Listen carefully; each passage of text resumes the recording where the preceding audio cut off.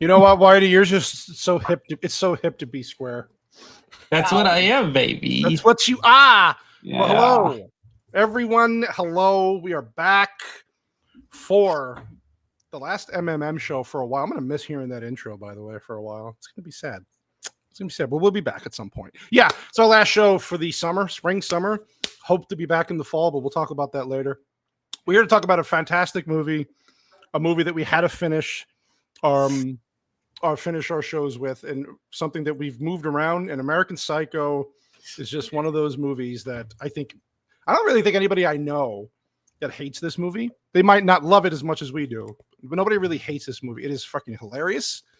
There's a lot of deep meaning behind the movie, and we have a great panel to discuss it. And believe it or not, we have a first time on the show. Little baby vampire Jules Sasquatch. Hello. Speak up, child. Yeah. Thank you for having me, Father. Yes. Well, we'll see how it goes if I bounce. Father. Speak up, child. Yeah. Of course, that's Sassy with her big mouth in the background. What else is new? Yes. So, this is a movie favorite of hers, of course. So she wanted to be on the panel. And for the last show, what the hell? Why not, right? Yeah. Of course, Gore King, I'm not going to forget you this week like I have the last several weeks. Gore King, how are you doing, sir? I hope you're doing well. I'm doing great, sir. Have a holly jolly Christmas. Oh, God, look at this profile. You ACLU member, you. Since we usually do this, Jules, since you're underage, I don't know how the hell you watch this movie under my nose, and that's a big nose. You first saw this movie not long ago? Yeah. No, it's been a while. Actually, no, it's been a while. Yeah.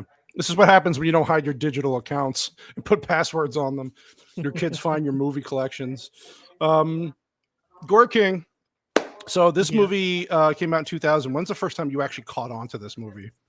I watched this the first time in 2001, not long after I graduated high school. My parents had just moved about 70 miles away, and this was a movie I bought not long after that. I was actually still between places and sat down and watched this movie. Thought it was really strange, but really interesting. It was the kind of movie where I was like, I knew I liked it. I just didn't know how much. And I just kind of periodically have gone back to it more and more over the years. And it's one of the funnest movies to quote. It's really, really funny. And it's a movie that it's strange, but it somehow justifies just about everything about itself, and it's one of the best directed movies by a woman, easily. It is true. It is true. It is a fantastic movie. Put up Vex's comment, would you? Now, I saw the comment, and I said I'm slightly retarded. This is why the show is ending. I don't know how to do this anymore. Sorry, Vex. Sorry. I don't even run a show right anymore. Jesus, No. call it this. Yeah. You remembered Gord, but you forgot Whitey and I. I'm not done. You just wanted to. When did you first see this movie? Which you usually do after the intros. Well, now we're doing it before. No, I'll tell you what he did. He bull rushed his way through me just to ensure that he. Yeah, I didn't want to forget the guy. 3 weeks in a row, I forgot him. He blew the load as fast as possible. I did. I washed my vagina fast.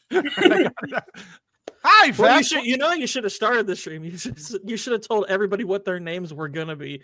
It's like, Vex, your name is Christy. Oh yeah. Make sure we get a blonde. I can't emphasize It's blonde, enough. Hi, Vex. How you doing? Don't talk to him now. Now she's mad. You like Huey Lewis in the news, Greg? Just run with me. Just run with me. Oh God, Vex. my God. I know, Vex. This is one of your favorite movies ever. I think you said you could literally recite this backwards and forwards. I was giving you a go so I could recite it right now. I was trying to set you up there. I know. Yeah. I know. Why are you being such a faggot today, man? I don't know what's wrong with you.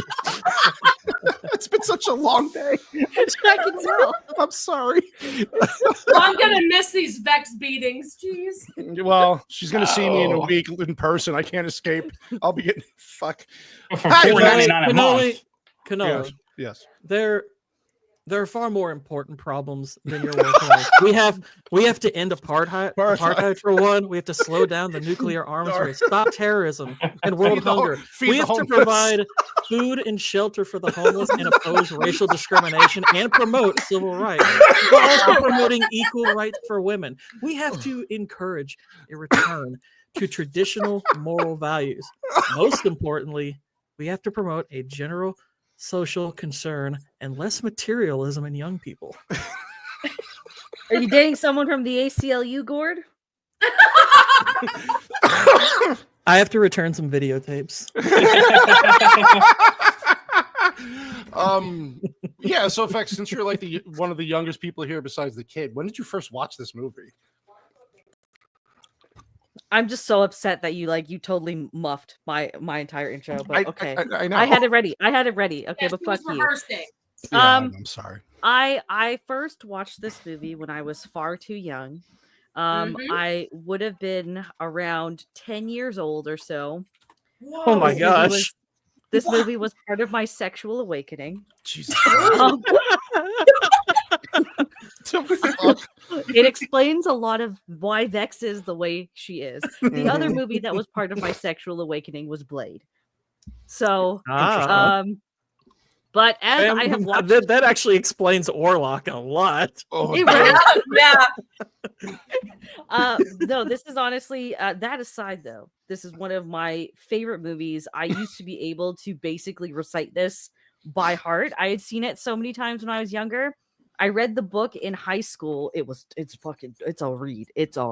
I can imagine. I was hoping to reread it in time for this stream, but since we pushed it up a week and I am really deep into the Invincible comics, I didn't get around to it. So yeah, but I adore this film. I think like I know that some people have some issues with the way, I guess not even the way, but how things progress or how they escalate throughout the film. As I watch it every time, it just gets better and better. There's actually a detail I just noticed for the first time today. I messaged you guys about it. That's right. So Yep. yeah, no, I'm very excited to review this on the almost the 25th anniversary. Isn't of that it as well. crazy? God Yeah. damn. If So we had cool. waited a week and done this next Monday like planned, it would have been exactly on the anniversary. Nobody ever does Well, anything as planned, okay? If not for Cannoli's, Yale thing, we might have. What Yale thing? Are you calling me a closeted homosexual? Let's just say Closeted. you sound a bit black for me. That that whole Yale thing. White bear. He's not gay. He's just deeply. Just deeply, yeah. I'm more into murders and executions mostly. But hey, how you doing? What about you, buddy? When did you first see this movie? Probably about 14, and I don't even know how I saw it. It was just on TV and heavily edited, and then I got my brother to rent it for us on, and I was like, wow, this was really, really freaking messed up.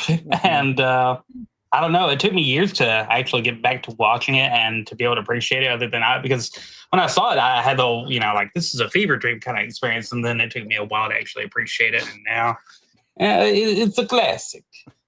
It is. It sure the F is. Grows on you like Genesis. It's great. Yes. So real quick before we actually get started on the scrubbing, I wanted to bring this up. It's pinned in the YouTube channel, the YouTube chat, where our boy, everybody knows probably by now, but our boy Jacob Ironside is needing some assistance.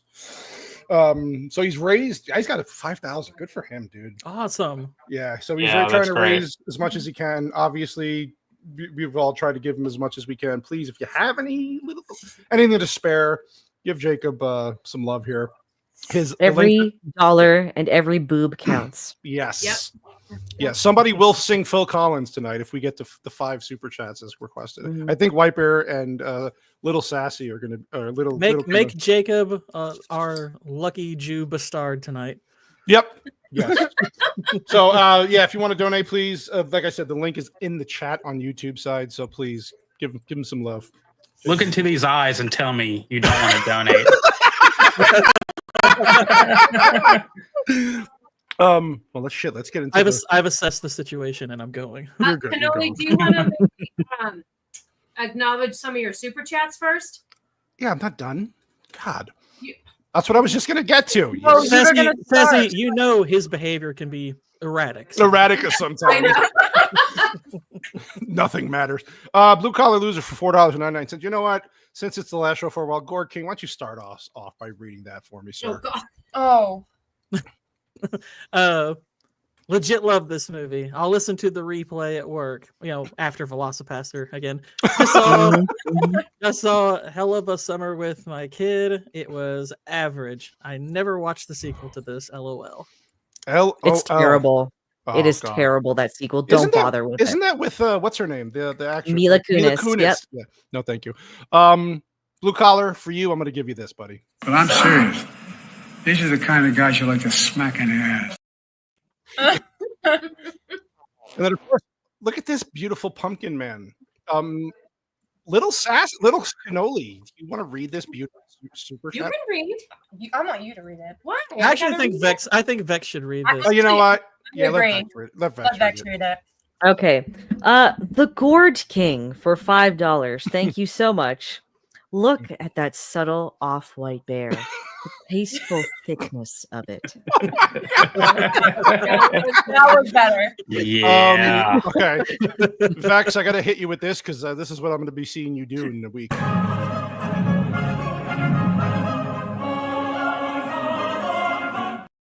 She Let's promised go. to pick her up from the airport. She's going to do that. Let's effing Right. go. Yeah. Mike has bad knees. I'm completely retarded. I think he's referring to me, and I am, Yes. completely Yes, retarded. you. Why don't you play it? Just play it. Come on. Just Yeah, play- fine. Here we go. I'm retarded?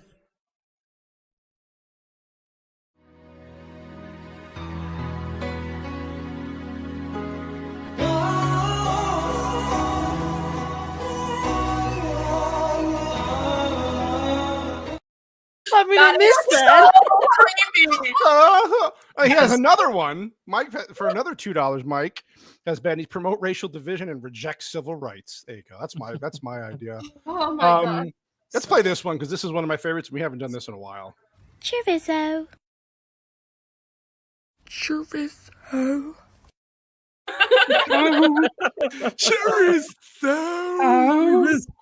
Thank you, you beautiful people, for your lovely super chat. Thank you to all the people in the chat. I love you all. Let's get scrubbing and talk about this fantastic movie. There's a lot of detail, a lot of stuff to talk about here.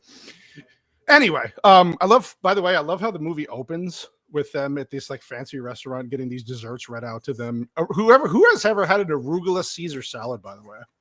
I have. It's delicious. That sounds great. Yeah, I'm it up sounds good. I love Grilled delicious. free-range rabbit. Oh, Ew. Is arugula one of the people who killed Caesar?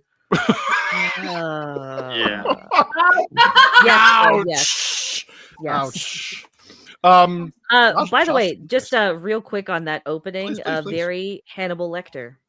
That's all. Mm. That's all I'm gonna add. That's all Good I'm gonna point. add there. Yeah. Is that all you're gonna add? Oh, I can add more, but I don't know how safe you want to play the stream and a child is present. So oh, I also please. I love that the costume designer's name is Isis. Vex, don't hold back. Believe me, she's seen and heard worse. I was gonna say, Was yeah. I say living in this house? No, you're good. Yeah. Vex. and the shit Still she doesn't watches feel right. while not working. Please. Why doesn't I don't want to be a Peter file in any way today. I'm sorry. Jesus? I'm sorry. I think she's The Who's last- a pedophile? The last, Peter away. Vex, Peter away.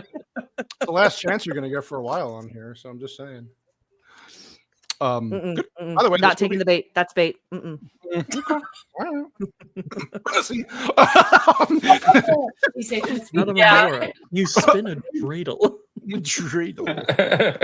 Oh, dude, this was so fucking funny. You want me to get you some latkes, some potato pancakes.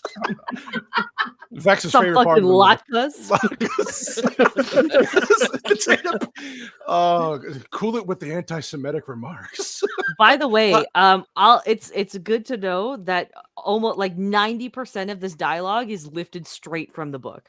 Okay, I was going to ask you about that. How close that was, because I don't know how. Like an alarming amount of this dialogue is straight from the book. They actually had to tone down quite a bit because it gets like Patrick is far more like sexist, racist, misogynistic, and all of that stuff in the book. You still get enough to get like an idea of his character here.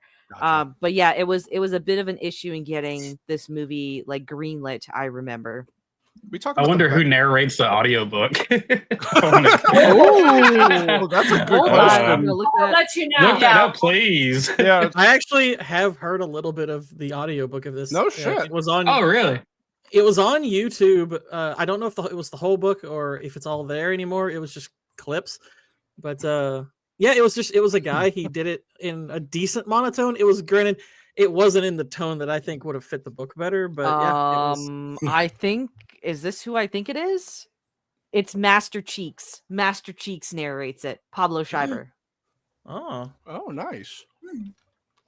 I'll have to give that a listen. Not the choice I would have chosen. I don't know. We'll see. We'll see. I got two credits. So.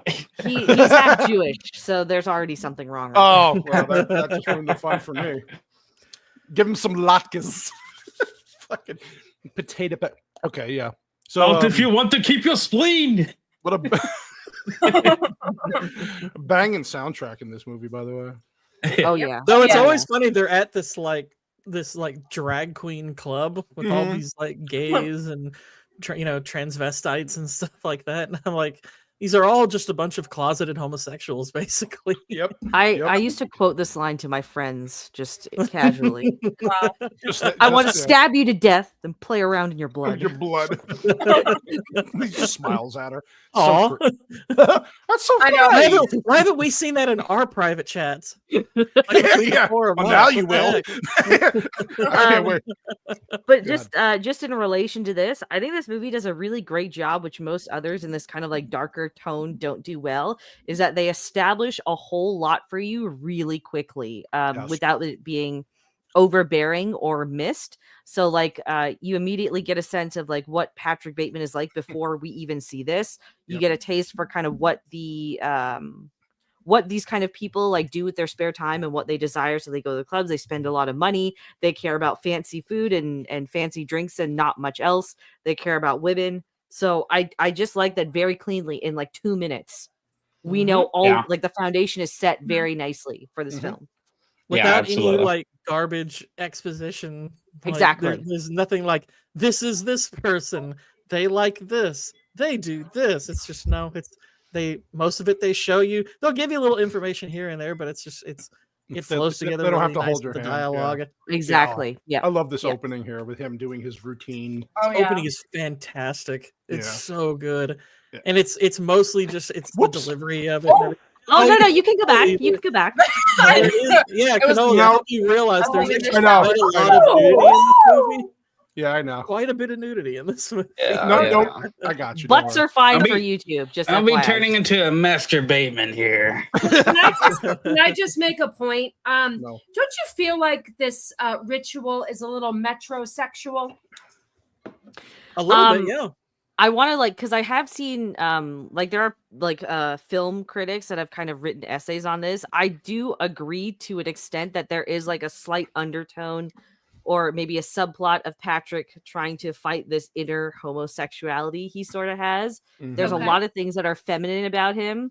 He also goes out of his way in many instances to talk down or belittle women, and he puts men on a pretty extreme pedestal. So I mean, I'm not trying to be woke or anything here, but I can kind of see how you could draw that conclusion.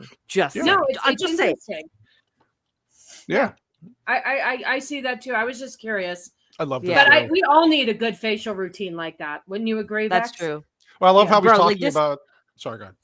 No, go ahead. No, I was gonna say like him taking this technical mask off his face, where he's like, "There's an idea that's Patrick Bateman," while he's taking a mask off. Yeah. But I will say, and Vex will agree with me. Getting a mask off like that in its first pull is almost impossible. Impossible. Yep. Impossible. I could. Go ahead. What? Go ahead. What, Whitey? Oh, you're good. I was gonna say they actually got this on the first take too. That's They crazy. didn't have to refilm this. Wow. Yeah. I'm gonna be honest with y'all. You all could make this the opening of Batman Begins, and it would work just as Yeah. well. Oh, This could be the Batman Begins opening, and this is Bruce Wayne instead of Patrick Bateman. I'm like, yeah, it still works. Bruce Wayne does roll out of bed in Batman Begins and starts doing push-ups right away. That's what I'm Yep. saying. Yeah, I'm like, you could kind of do a lot of the same dialogue, and it's like it sort of works. It works, right? Even the suits, man. Even the Mhm. suits. Yep, Bruce But I could Wayne, watch him pull that mask off a billion times. I need to just make it a screensaver. Oh, also just like there's a moment when he's in the bathroom where the camera just like pans over all of the stuff that is in his cabinet. No, I just found that was quite interesting because now we kind of live in this era of excess skincare and a lot of what do they call what do we call the people that promote shit on social media? Influencers. They promote like these 10-step skincare routines that are actually utterly useless for most people and in most cases. So I like that even back then there was like they're promoting this culture of excess for just the sake of status quo almost. Yeah. Yeah. I love the fact that the one like piece of like art on his wall is a poster for Les Miserables. Yeah. Like, it's just like that contrasting with his lifestyle. There's something like you almost would wonder. It's like, what does he read this and laugh? He would probably find Les Miserables really funny, if anything. It's not.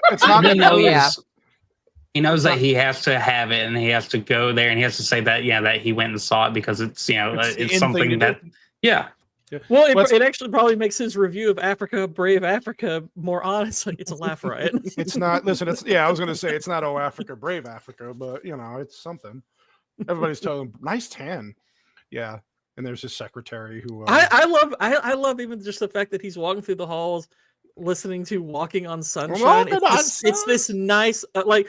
I remember seeing this the first time, and both the opening monologue and that I was like, okay, I think I'm hooked into this now because there's just something about the contrast of who this person is. Yeah, and then him playing that. There's so many good elements like that. Him and his reservations at his fucking restaurants, dude. It's so fucking funny. But yeah, like even his office is kind of just dull and barren, but it's just very, look at that TV. And we never see him really work. No, of course not. Arcadia. And they all like oh no, I was just gonna say they all have like the same job. They're all vice presidents. Yeah. It's like peak satire without trying too hard to be satire, which is equally fascinating about this entire film. It walks this really interesting line of just like dark, disturbing, funny, and like good cultural like commentary / perspective. 100%. Do not wear that outfit again. I like that. She's like, what?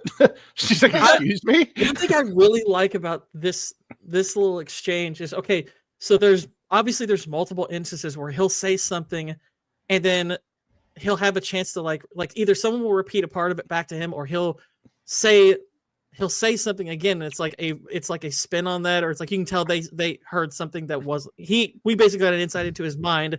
They heard what he actually said. This is one of the few instances that I think kind of sets that up a little bit because granted, the difference is he says something kind of harsh and then he repeats it again. Yep.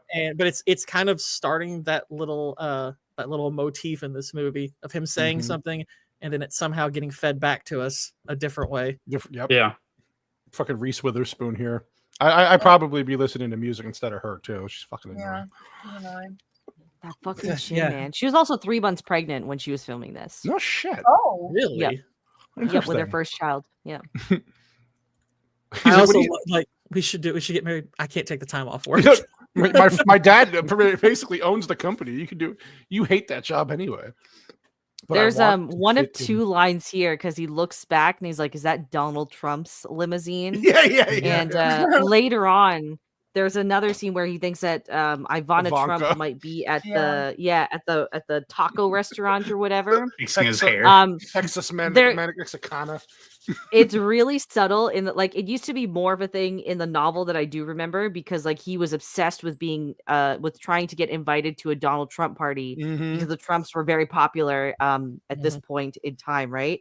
Right. So it later on, when he's talking to Kimball for the first time in the office, you'll actually see a copy of Art of the Deal in the background, wow. and that's why I made the You made the thumbnail, thumbnail. the way it is. Smart. Yes. That's smart. Oh my god. I love this when he walks. So basically he's like, he tells her like, I want to fit in. That's why I, do all this No, shit. he's just like, he's thinking to himself, I need tears when we come to Yeah, the yeah, restaurant because dude. people have a terrible Yeah. table. He's like, oh, yeah, a relief washes over me in an awesome way. It's like, oh my god. It's so fun. And it's just, his delivery is so goddamn good in this. Yeah, it's because it's from our perspective, just the everyman perspective, something like that. It's like, wow, you all are this vapid, but he delivers it with such earnestness. Yep. And there's another, there's a moment later in the movie where he's like literally like dragged the guy's body back, and he's like panic fills him because he realizes this guy's apartment costs more than his. Did his, yeah. Right. It's obviously much nicer than mine. Oh, this fucking guy. Oh my. Lewis. Yeah. So they're talking about all the affairs. So like what he's saying that his girlfriend might be having an affair with that other guy, and then his girlfriend is having an affair with Patrick. Patrick's Patrick's girlfriend is having an affair with the other guy. It's like everyone's just kind of interchangeable. You think Soho's becoming too commercial? I read that. You fucking homo. What about the massacres of Sri Lanka? Vex, what about Vex? What can you tell us about the massacres of Sri Lanka? Tell us, Vex. Give us some insight. I can tell you that's partially why my parents left there. That's all. Oh, interesting. That was one thing I wondered. I was like, I wonder if there's something there that her. No, there actually is some real context to that one. No, I knew that. I I was like, I wonder if you knew something about it. But Patrick, I Bateman do, but thinks that's a history lesson that we shan't go into. Gotcha. Okay. Thank you. Don't come again. Thank you. Well, Patrick Bateman thinks there's more important problems. Gord King gave us his. He's right.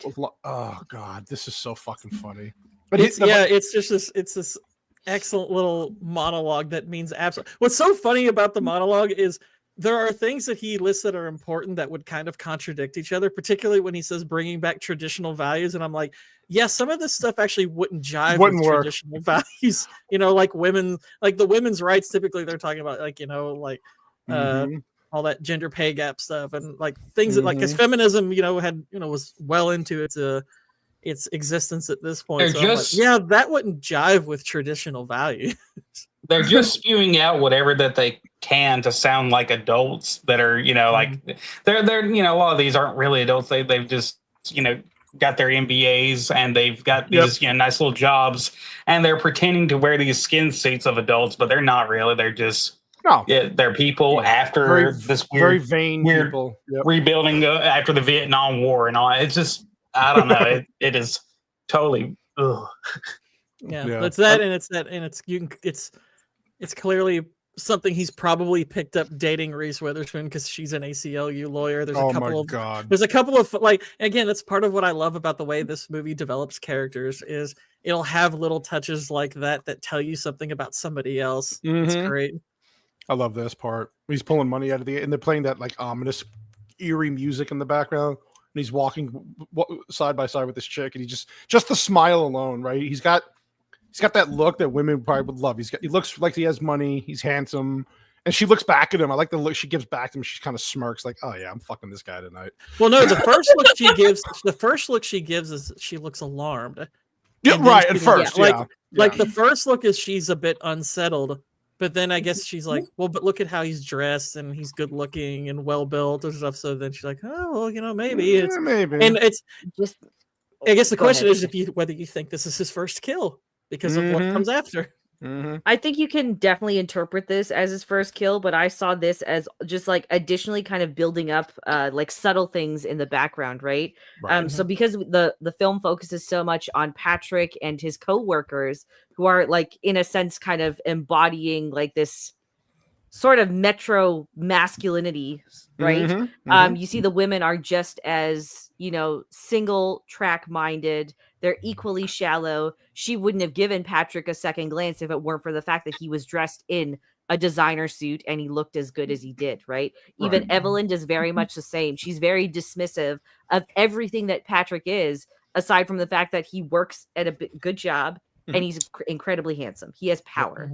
That's about it. So Yep, and he doesn't like Asian people at that too. By the way, this scene was filmed in the financial district in Toronto.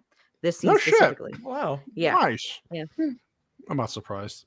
But I love this. And then you see the blood on the thing, you're like, uh-oh. The first time I saw this, I was like, oh wow, he killed this bitch. Like, wow. And it's funny too, because Sassy was watching it for the first time, and I don't think she caught it first. Like she just wasn't paying attention. But I was like, she was kind of confused about why. No, Satsy's stupid, honey. It's okay. Wow. I miss things. To me, part of what's fascinating about this movie is like maybe the first couple of times you watch it, you think, okay, the real meat of the discussion around this movie is he killing these people? Is he not? Because that's the question that is enough to, I guess, hook you into maybe watching it again. But the more you watch it, the more that kind of goes to the side, because I don't think that's really the point. Right. So because I kind of feel like the conclusion to this movie in a way is telling you that it's sort of irrelevant. Whether it's like, that's not really the point of the movie. Is he killing her? Is he not? It's very much a device to get you thinking about what you've seen. Right. But the more you start to look at those things, the more the killing part kind of becomes secondary to everything else. I just love how he I tells the totally chick agree with you, by the way, on that point, Gore. Yeah. Yeah, we were talking about that earlier in the chat. That is a very good point. Like how he tells this chick though, he's like, "If you don't shut I'm gonna kill you." And she's like, "Well, and that's I one don't of those understand what you're saying. Just well, she gasped like she reacted to him actually saying it, and then there's another. It's like it does this little brief cut that make you think, okay, he really didn't say that, and she really didn't react to him saying it. It's right. It's like there's those little disjointed edits to like kind of fixate you on this idea of what's the reality of what you're seeing. His interaction with this chick too was so goddamn funny. Sorry, go ahead. Right. It's a clever. No, I'm just going to add, like, it's clever misdirection almost without quite being misdirection. Because like that was initially the fascination for me with this film when I was much younger. Is I liked how dark and bloody and gory it got. And as I get older and I rewatch it additional times, it's like it's just commentary with a little bit of shock. But the shock can easily disguise you onto like, what's the word? Words, woman, words. Produce you in a different direction. Produce. So you can like the movie for various different reasons because of how much it's doing. Essentially, I love this part when he's like, "Next Saturday, okay? Yeah." Well, I'm sorry. He said, she goes, "What about next?" He goes, "Next Saturday. Like, will that work?" And then she's like, "Yeah." And he's like, "I'm sorry, I can't. I don't have to." What he said? Yeah. Oh my! He said he has to go see a play or something. I forgot what he said. They have matinee of Les Mis. Les Mis. Yeah, that's it. And then this part here, dude. Oh my! So again, he's talking to the Lewis, his fiance, I guess. Who he's cheating with, but the fucking background, you got this porn playing in the back, and then Sassy's face was like, "What the fuck?" I wonder how much and that's the funny thing is he uses in another scene, it's like this, or it's Texas Chainsaw Massacre, and it's like he's not watching it. It's just on. Yes. It's at this point, you kind of hear about, if you ever watch interviews with like actual serial killers, like Ted Bundy's last interview is actually kind of fascinating. A lot of them will talk about like pornography having a hold on them at an early point in their lives, but eventually it just it doesn't do anything for them. It's just there's something compulsive about it, and I think the idea there is it's so compulsive, it's just on. It's like he gets nothing watching it, it's just on. Yep. And then this girl, cheating with? Like what is he? She's always on like designer. She's on so she's prescribed a whole bunch of Xanax. different things. So right now she's on Xanax. Mm-hmm. But yeah, Patrick says that's one of the things he loves about her is he doesn't have to deal with her because she's always drugged up. Drugged up. I'm Perfect curious, woman. Cannoli, if without looking her up, if you recognize her from an action movie that came out just a few years, like I think 3 years before this. Punisher? No. Isn't she the I'll wife give you in a hint. Punisher? I'll give it. She is. Okay. She might be, but I was thinking of a movie with John Travolta. It's from 1996. It's not from Face Off, is it? Face. Nope. Broken Arrow. Oh, She that's is right. She's the park ranger that helps Christian Slater. Good call. Holy shit. Yeah. Okay. I'm sorry. I She missed that looks so completely. different in this. She does. I'm like, Face Off, and no. Yeah, that's a good call. I have to watch Broken Arrow again. I haven't seen Broken it in a Arrow's while. fun. It's Yeah, dumb, it's a but good it's really fun. I just want a child. And what does he tell her to get? Like he tells her to drink something or like to get her out of this funk. I forgot what he said. Yeah, like drink some water or get some caffeine in you to get you out of this funk because we're going to a fancy restaurant. Or she thinks they're at Dorsia because she's so fucking. But Dorsia's like This is Dorsia? Yes. You're gonna have the smoked duck. I just love how. And then the red snapper with violets and pine nut. And then she like dips back into her fucking chair all drugged up, and everybody's like, He's like, so goddamn. Oh, this scene. oh god, this is my favorite Actually, scene of the whole I movie. even love that idea of like that these are, because we were talking about this on my stream earlier, this idea of like what real toxic masculinity kind of is. How it's like, that word is those two words carry no meaning put together anymore these days, but obviously masculinity can be turned up to a level where it can become bad, of course. And so that just the way he orders food for her, there's a way to do that that's very nice and very romantic, like your significant other and you order for them and show them that hey, I know my lady, I know what she likes. The way that he orders for women is just kind of, you are going to have this, like it's like it is part of my status that you eat this thing. It's so funny. I love it with the Lewis is like, oh, what kind of suit is that? He's like, yeah, your compliment was enough, Lewis. Like, was sufficient, Lewis. Yeah. And this is where Jared Leto comes in, and then this is the part where he's explaining. This is a theme throughout the whole movie: how everybody gets their identities wrong. They think they're somebody else because they all look alike, dress alike. Yeah, like even so at the beginning, in the very first scene of the film, we see Patrick identify the wrong person as Paul Allen, by the way, but he knows who Paul Allen is here. Right. Again, kind of foreshadowing and setting up stuff really well. Yeah. But the entire film, so Patrick clearly dislikes Paul for obvious reasons, but regardless, in the narration that we hear, Patrick always says that Timothy Bryce is the most interesting person that he knows, and he's the only person with personality. But it's very clear that Paul Allen is a fixation because he's the only person that is actually someone, which is ultimately what Patrick is trying to either become in some way or be recognized as something different than just another suit. Yeah. I mean, what's funny is because Paul Allen is no more identifiable without his name than anyone else. He looks like everyone else does, but everyone knows him by name. So that's the jealousy. It's that competition all of these men have with one another. And this guy is the winner. And so everybody is envious of him. It's so true. Right. And it's just like, it's further emphasized by the fact that Patrick is being confused with this Mark Halberstrom character. Same suits, same barber, same glasses and everything. Do you like would you all guess that he's probably the reason that they dress this way? He's the trendsetter, that Paul Allen's the trend, for everything. Is it like, because I guess you could take it one of two ways: either everyone already dressed this way, he just happens to be the one who stands out, or because he is the one who has the name that everyone knows, everyone is mimicking him. Oh, that's actually a good point, because when they get to the scene where they're comparing the cards, as soon as like he says, let's look at Paul Allen's, everyone looks a little bit hesitant. Yeah, like Jesus. Oh, actually, go back one. Oh, sorry, but yep. To the card. I love it. Yeah, so there's actually a very slight spelling error on this card, and it's on all of them, where it says mergers and acquisitions. The C after the A in acquisitions is missing. Oh, look at And they all say vice president. vice president. Yeah. Oh my god, that's so fucking funny. Zax, you sweet man, I demand you sing "Easy Lover." Well, somebody's got to sing it now because that was the goal. I don't know stars. the song. I don't know that Yeah. song. I don't know. White Bear knows the song. Hold on. Easy Lover? Yeah. Zax, hold on. Before we do that, let's do this one for you. Isn't that a Phil Collins song? It is. Yeah. Here, this is for you, buddy. We're Compliments old, of Sassy. They, them, energy. They, them, energy. They, them, energy. They, them, energy. It's a lot of mass and energy. I will never that's feel that so coming in the fucking air cringe. tonight. She's Oh. an easy lover. She's got to hold on.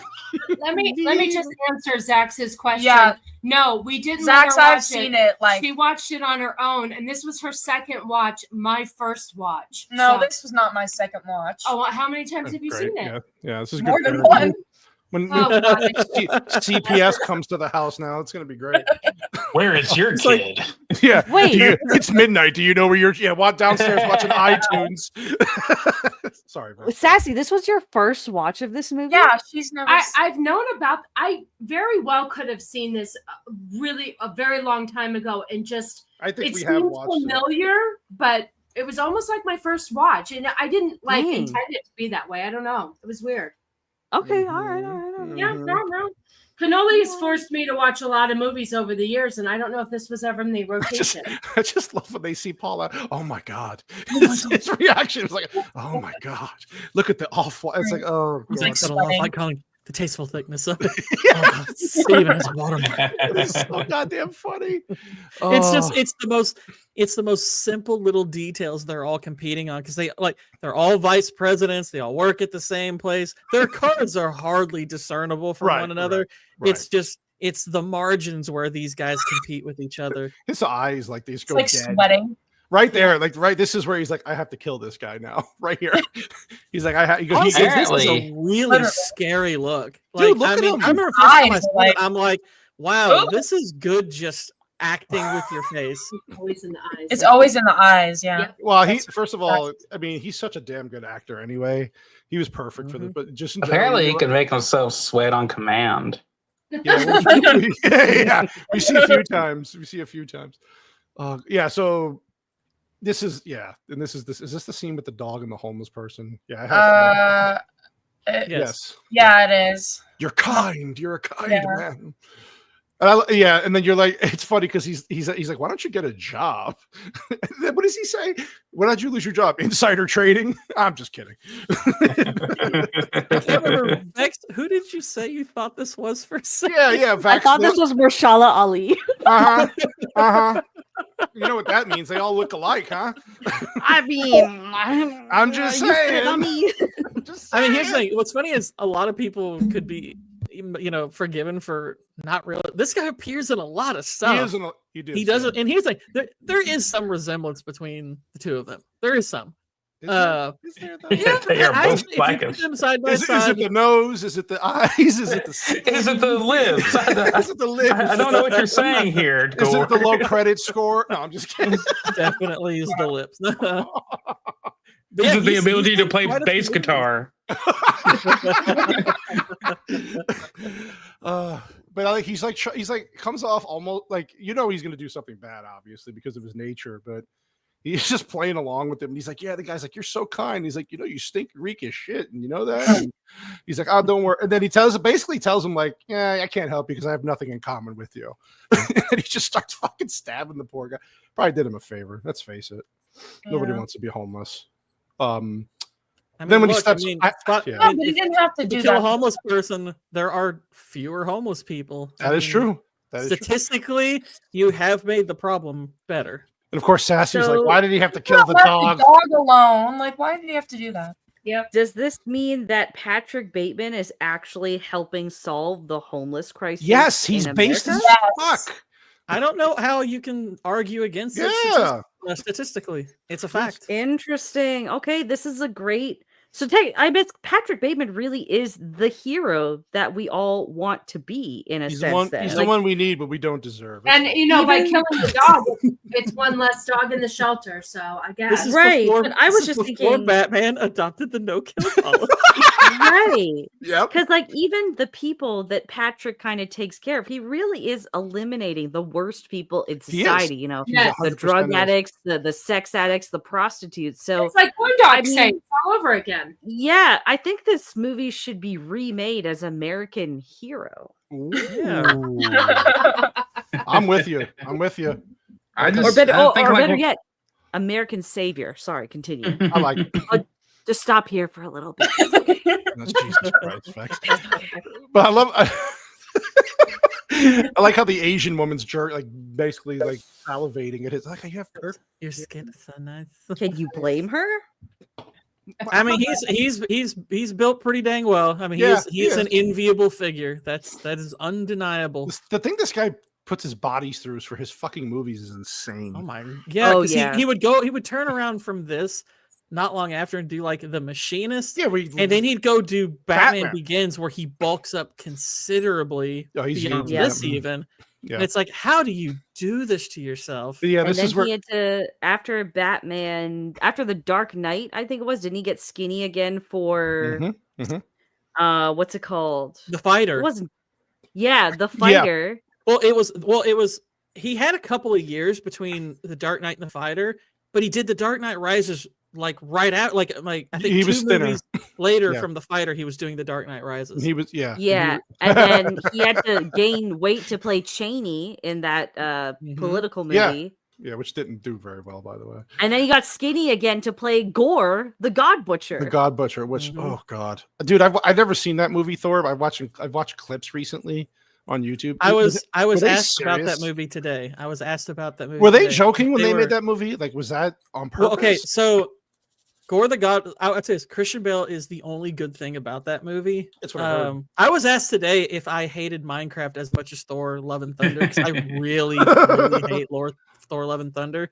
That was a difficult question to answer, but yeah, he's the one good thing about it. He's the one good thing about it. But at the same time, you can't help but be sad because you're like, wow, you could have really made something. You had Christian freaking Bale, and he's actually trying in that clown show of a movie. It's sad. He kind of carries that movie, to be honest. Dude, from what I've seen, he's the only thing worth watching. From what I've seen, he's fantastic in the movie. But the movie, I'm like sitting there, they weren't serious when they actually put this movie out. This is like an SNL skit, right? It's so fucking bad. It's because it's way longer. No, Thor: Love and Thunder is one of the most hateable movies in the MCU, which is saying a lot. Yeah, this is where he's basically saying like his blood, was it? Did he say bloodlust? Bloodthirst is spilling over into the daytime now. Like there's no discernment anymore. It's just he wants to kill constantly, even in the daytime. This fucking part here with the Christmas. Oh my god. Merry Xmas. Merry Xmas. I cracked up because this was the first time I really was paying attention to like certain like side characters and whatnot. When I kind of missed the detail along the way that she was an ACLU lawyer, and then when I start to see these little lines and details about popping up around her, I was like, yeah, that's her saying Merry Xmas. But what's funny is she only says Merry Xmas twice when it's Patrick and another person. Yep. And the second he goes away, she says, "Who's the Christmas Grinch?" So she turns off for that little second. I was like, that's good. That's well written. Yeah, I love how he puts these stupid reindeer ears on. He's looking at this pig and he's like, "Oh my fucking god, what am I doing?" Also, one of my favorite lines is just like, "Hey, have a holly jolly Christmas." Have a holly jolly Christmas. Matter of fact and monotone. It's the weirdest greeting. Oh god, I love it. Maybe you could bring Cecilia. Oh god. Oh yeah, that's where that is. No, this isn't the part yet where he says Patrick Bateman's a loser. That comes at the restaurant later right? on. Yeah. Okay. Yeah. And then of course he's like, why is he calling you Marcus? And he's like, hey you. He shuts her up by kissing her. It's so goddamn good. Oh god. Mistletoe. Well, no, he's Yeah.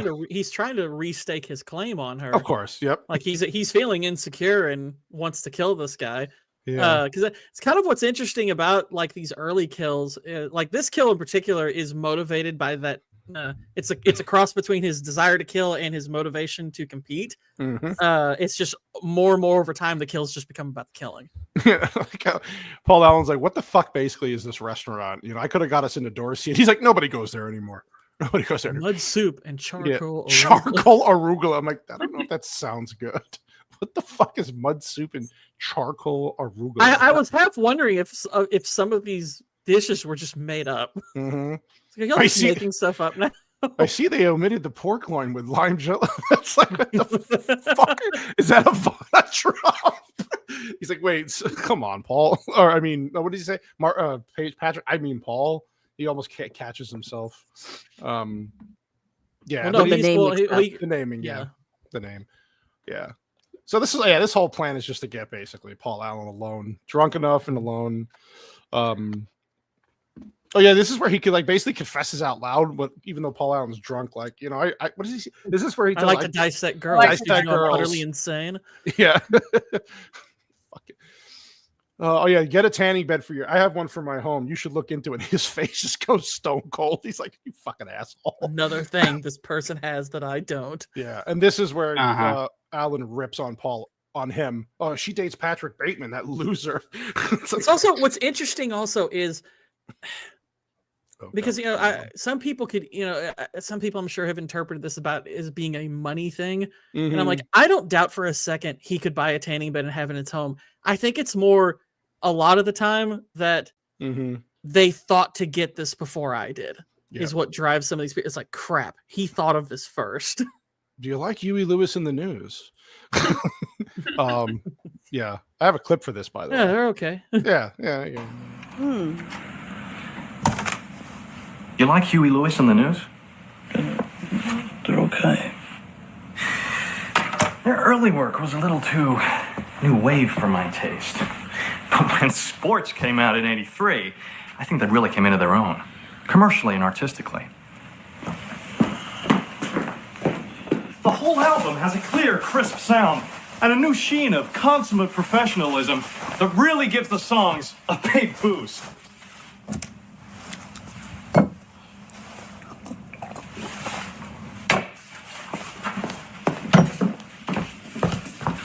He's been compared to Elvis Costello, but I think Huey has a far more bitter, cynical sense of humor. Hey, Halberstram. Yes, Alan? Why are there copies of the style section all over the place? You have a dog? A little chow or something? No, Helen. Is that a raincoat? Yes, it is.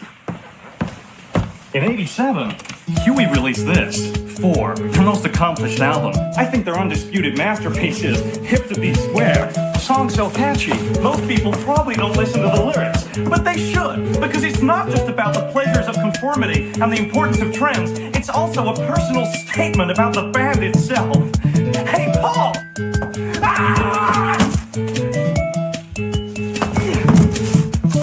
Try getting a reservation at Dorsey now, you fucking stupid bastard! You fucking bastard!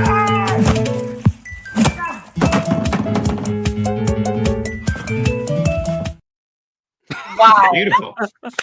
That is awesome. Oh, that was so goddamn good.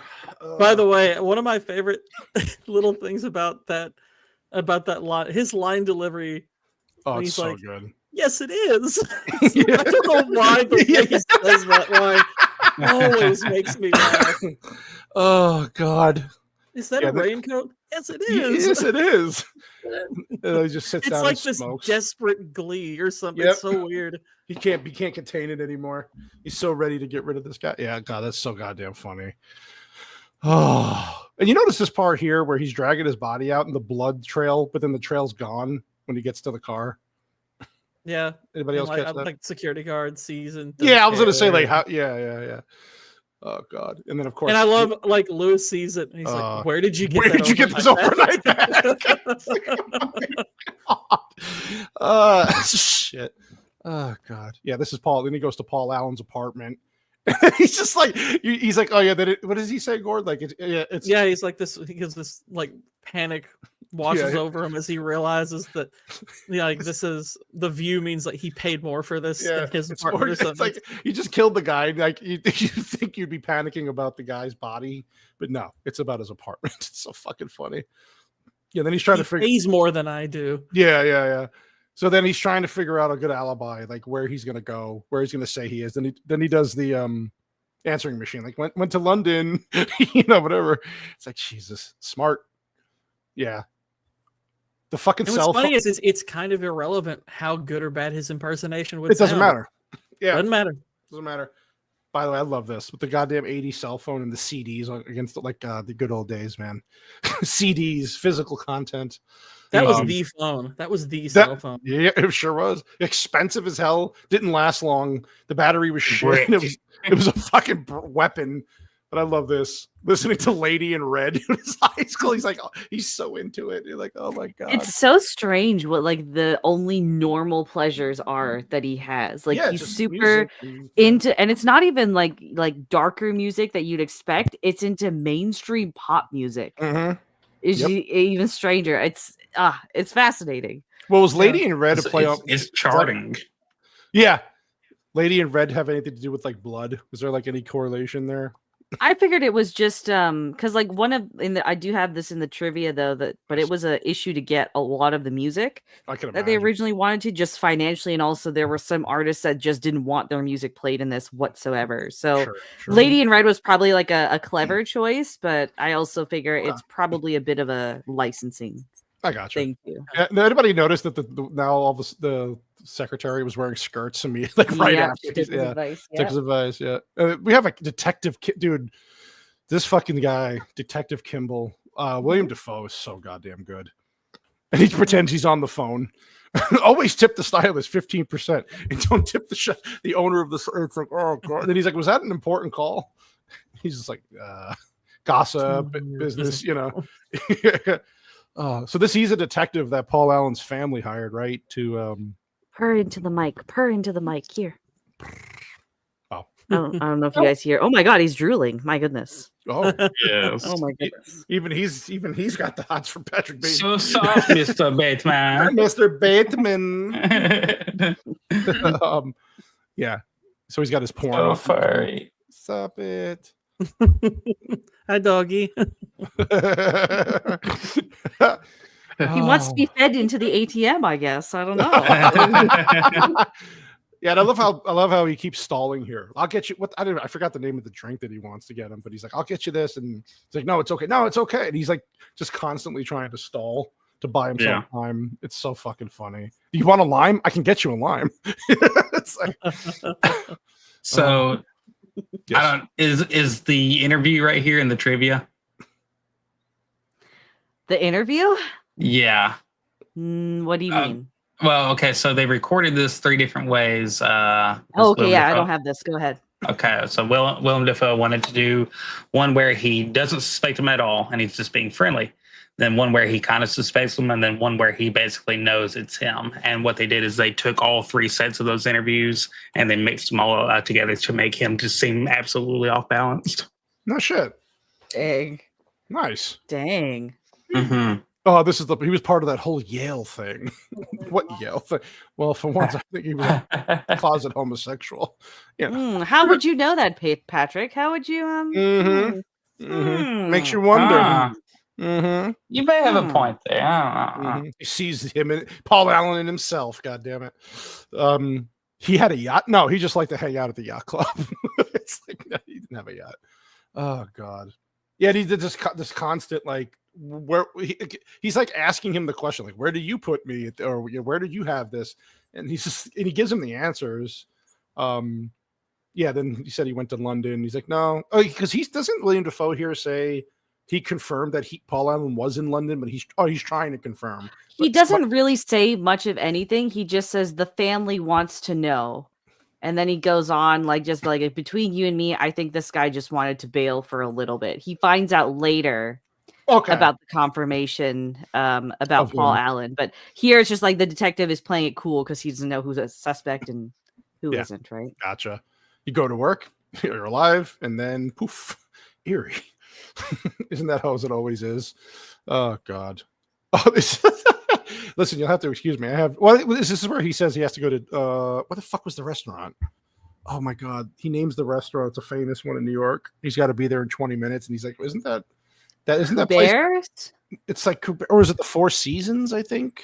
Yeah, I know it's something fancy, but yeah, it's all good. Yeah. And he always lies. He's like, oh, they have one down here now. And the detective's like, what the fuck? Really? I'm like, oh God, it's so funny. Oh yeah. And then again, he's watching the Texas Chainsaw Massacre screen, and he's doing these crunches. Oh God, he's a fucking lunatic. I love it. There you go. I'm all for it, man. I'm all for it. Oh God, then the hookers. Yeah, so he picks up this is the girl who's Christy. Yeah. When they were putting together the script, like this woman is a friend of director Mary Herron's in real life. Okay. So this was the only person they had in mind for this role specifically, which I don't know what that says about your friendship, but good point. Come on, get in. Yeah, I want a blonde, and I can't emphasize enough the blonde. And she's got and then she's like not even blonde, she's like dirty blonde. Yeah. He mentions it to her, and she gives him a look. I don't know, man. Like, obviously, this guy's got money, and this is kind of your job. Mm-hmm. But I don't know. Like, I guess it makes sense later on why she's hesitant. But I guess when you see a guy roll up in a limo looking like that, and he's got money, you just got to make that. You gotta make that bread. You gotta also think about the time period that we're thinking right now, right? Like women still kind of had a bit more autonomy, and you didn't have all of these known dangers of being alone at night and what rich people could be doing. And a limo is a clear sign of wealth too, and wealth usually means some sort of stability. It's not going to be some weird degenerate more often than 100%.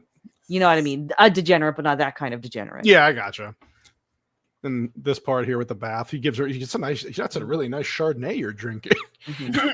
just treating her well, and then he's like, yeah, I want you to clean your vagina. No, on your knees.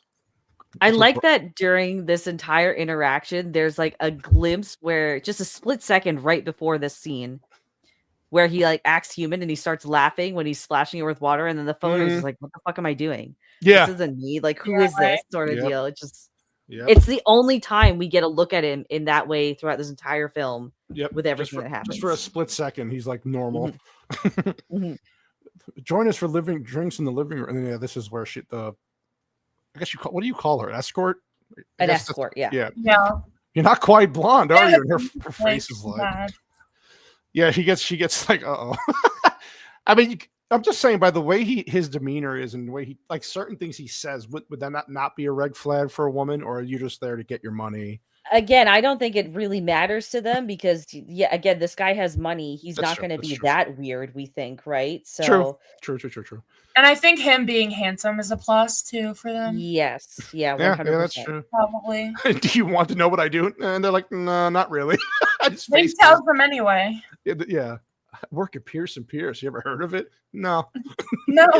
He just wants to be recognized so bad. and it's like the weirdest people to choose to do this too. These are people he'll under normal circumstances he would never see again. These are one-off individuals. He's using them to make Rachel Dawes jealous, Rachel! Why did you say that? Why did you say that? Then Christy here is like, how much did you pay for this place? And you have such and he's like, that's none of your business. None of your business. But it certainly wasn't cheap. Oh God. I want you to get drunk, but oh God, the Phil Collins. Oh God. Phil Collins. Do you like Phil Collins? This whole thing was so goddamn funny. And then he starts, Oh God. How he goes into Genesis and Phil Collins' solo career. And he's just so subtle. He just plays this so well. It's so creepy. Oh, you know what? It's kind of hitting me now. The reason he's so into this is because these are all people that have fame, that have status, that are recognized. Mm-hmm. That's why he's so fixated on them. Yeah. Yep.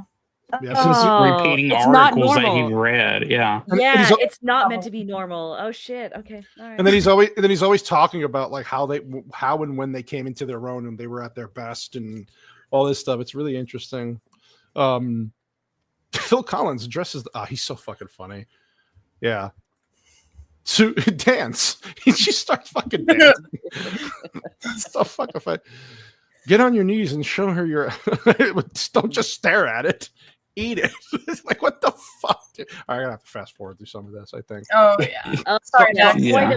Oh wow, you just gonna scroll over it like that. Huh? Hey, there you go, Vex. Right, I landed on the perfect spot for you. Honestly, if I were a dude, this is how I would fuck bitches. Not gonna lie. I can see that actually.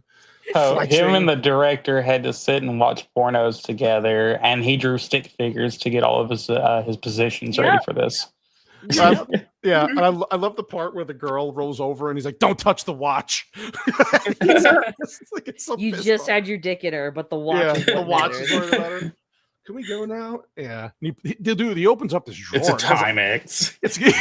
It's got like knives and hangers and fucking all this weird shit. He's like, no, we're not done yet. This part was crazy. Yeah, she's all beat up and they're all bruised, and he's handing her like thousands of dollars to each person, and she is in shock. The other one just rushes out. It's like, get me the fuck out of it. But it's like Christy almost had to get surgery, didn't she say that? Yeah, later on. She says later on. But that's what I'm saying. Like if you're an escort or that kind of like, do you sit there and what else can you do? You can't really escape, right? You're locked in. I'm sure they were probably screaming, but then this is also like in like part of the film because again, it plays it so finely. Is he imagining it? Did he really do it? If he did do it, did he do all of them? And given that he's in this apartment building and he's clearly got neighbors, it'd be kind of risky to have that happening there, which is why later on, when he starts killing, he does it at Paul Allen's place instead. Right. So it's just, did he kill? And if he did, how many did he actually kill? Did he actually kill? Yeah. Yeah. What did you think about this scene, Vex? Is like when they're talking about ugly women. And like, I thought this was great. He's like, they're so smart or funny women. It's so goddamn funny. Oh, God. Oh, yeah. Then he talks about the serum. Was it Ed Gaines? Is this where he mentions Ed Gein? Yeah. Yeah. You know what Ed Gein said about women? And they're just like, what the fuck, Patrick? Who the fuck? Yeah, like, of course you would know that. I would treat them sweet, treat them right, blah, blah, blah. What the second thing was what their heads would look like on a stick. On a stick, yeah. You're like, what the fuck? That one awkward friend who doesn't know what to say. Right? And this is where Gay Lewis comes in with his card, his business card, and they're like, oh, that's nice. And then Patrick's like, oh, fuck. I love the sound effects that they use for that. Yeah. Oh yeah, this is where they it's an actual sword that they're using for that sound effect. I love the this part where he's snapping here a little bit, right? Because the other guy's like, where do we go for dinner? He's like, is that your contribution? Where the fuck can we go for? He just loses it over a card. Yeah. Take it easy there a little bit there, baby. What's the matter? He fucking gets pissed. Well, and here's the thing. I think there's a little bit more subtext than just the card. Sure. Although the card, I think, is emblematic of it also, because if you look at his card, it's the most distinct. Yep. It's got more of a tan color to it. Lewis is the closest thing in their firm, male-wise, to an individual, and that's why they all, I think, don't like him. There's probably surface level reasons. Granted, he's pretty cringe, but he is trying to fit in, but you get almost a sense that he's kind of new, so he still is in some respects a person. Like he has, actual interests. He acts very different. He has a very different haircut from everybody else. Obviously he's a much more obvious homosexual. Yeah, I mean, so I think it's across. I think the card is just kind of the straw that broke the camel's back in this sense, because it's another individual. He's an individual, and I'm not. His Patrick's reaction to him when he turns around and kisses his hand, he's like, what the fuck? He's like, oh, hell no. Not expecting it, right? Or I don't know. He's just taken back, and he's like, what is happening here? I know in the book, they allude to Patrick being, closeted homosexual a little bit more than they do in the movie. Yeah, so maybe it made him realize, like, oh. Like, I think the movie is making that a little bit more... I think the movie's making that point a little bit more ambiguous, but there are parts in the book where it's much more overt. That part where I don't remember that in the book. I'm really there's a part in the book. So this happens to be one of the sections I remember from the audiobook. He's cleaning the And gay I off his think gloves. I'm sorry.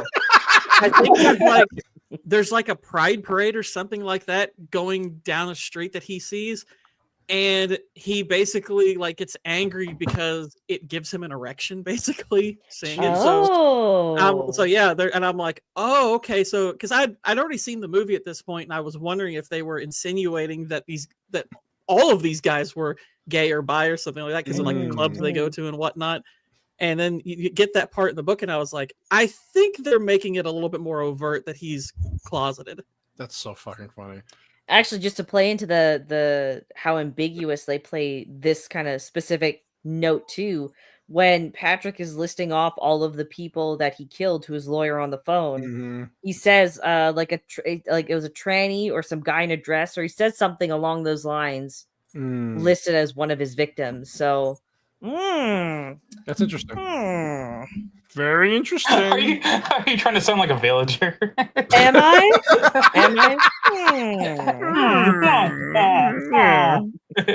What the fuck is going? Mr. Kimball's back. Do you remember where you were when last time? Is this the Africa? Africa. Yes, Africa, brave Africa. Brave Africa. Africa, brave Africa. It was a laugh riot. I guess I was returning some videotape. I love that fucking line he says throughout the movie. I have to return some videotapes.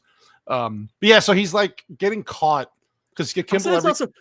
You know why I love that line now is because it's more like it's kind of a semi non sequitur in the movie, though it is time accurate. Now it's a full non sequitur, so it's almost become funnier over time. Agreed. Yeah. Oh, I guess that's the time we went to see Africa. It was a laugh riot. It was a laugh riot. Oh god, but that he's everything he's trying to just come up with is not working, and then the other guy corrects him. That's not what I heard. This is what I heard about you. You know, it's so fucking funny. Oh, this is the Huey Lewis in the news. I just bought this on the way here. He like, goes, oh my. No, he's like, you don't like music much. He's like, no, I like music. They're just a little too black sounding for me. Based. Wow. That was the exact problem that I had with Hercules. Oh wow! Oh my god! Relax. Hercules. This poor woman, man. Well, you'd probably be okay with it if it was Huey Lewis in the news. Oh my god! Wow. Oh, it's hip to get pennies. I know. It's hip to. Oh, Jesus Christ. Oh, there's so many other things I could say. I don't want to get. Well, what does it matter now if I get kicked off YouTube? Probably not. Yeah, so like let the slurs fly. Let it happen. Who cares? Yeah, this is where he's banging his obviously Lewis's fiance, but like she's trying to like reach out to him a little bit. It gets a little, I don't know, semi-serious here because she's like all drugged up and unhappy, obviously. Well, this is her saying that I'm gonna kill myself. Kill myself. In Minecraft. Yep. In Minecraft. There we go. So this is her final goodbye because at this point, because she's so disconnected from Lewis, just not even romantically but emotionally, because he's also a Fagola, right? This is the only person that she has a genuine connection with. He's a British cigarette. Yeah, I always pick the gay ones. Yeah, sure his head looks like a penis, but whatever. Yeah, she's like basically like trying to talk to him and like, if I don't see you before Easter, have a good one and this and that. And she's like, what the fuck? I'll see you. Like, bitch. Yeah, he's like, what the fuck are you talking about? And then he tries to stop. She tries to stop him again at the very end when he's leaving, and she's like, nothing. Well, I do like the point. He's like, you're gonna marry Lewis. She goes, oh joy. Like, oh god, could you imagine being married to that twink? At least you got security, man. At least but like, I guess at that point she's cheating on him anyway. So what the fuck with the different? He's always away on business anyway. But it's obviously that's a painful existence if you're gonna take drugs and kill yourself though. Like it's in Minecraft. In Minecraft. Is it really any better now? No. Yeah, like you can right for the next month or so. You can say at Minecraft. At Minecraft. This fucking guy here. He's like all these diseases. And he was talking about like HIV.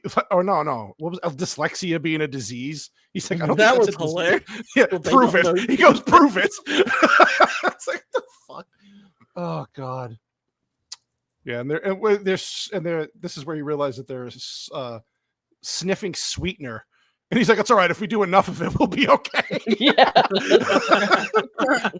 And then the guy in the next stall is like, "Would you please keep it quiet? I'm trying to do drugs here." It's like, Let's what do it the- anyway. That is it. The faggot in the next stall thinks it's okay. Oh God. Also, I love when he apologized for. He's like, "I'm sorry. It's steroids." He Right. just Brandy. Yeah. And you yeah. gotta remember, in the 80s, steroids was a big deal. It It's was. like if you're doing steroids, it's like you actually get in trouble back then for steroids. Gorbachev is not downstairs. They're talking to all these dumb models. Oh God. Mergers and acquisitions. I mean, murders and executions. Like this is one of those lines that you almost wonder if he actually did say it and she just heard mergers and acquisitions, because it's like this is an actual play on words. Oh yeah. Yeah, it's in a freaking crowded club. You should probably didn't misunderstand, didn't hear him fully. And where do you work out? I like when he asked him, "Where do you work out?" Like, what the fuck?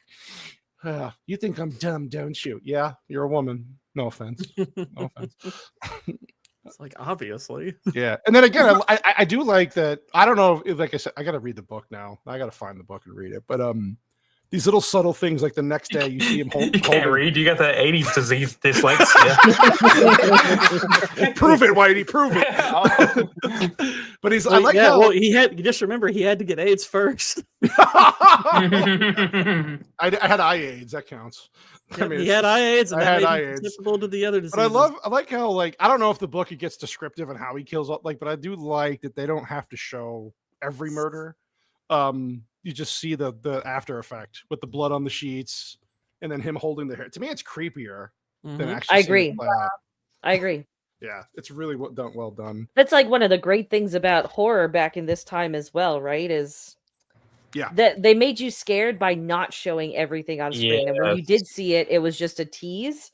And it's the same thing here. It's knowing what he's truly doing off screen after the tease is more terrifing. Yes, So, absolutely. Yeah, I like how they did this, and I'm very worried about the remake, where they're gonna wait. They're making a remake of this? My nigga, where have you been?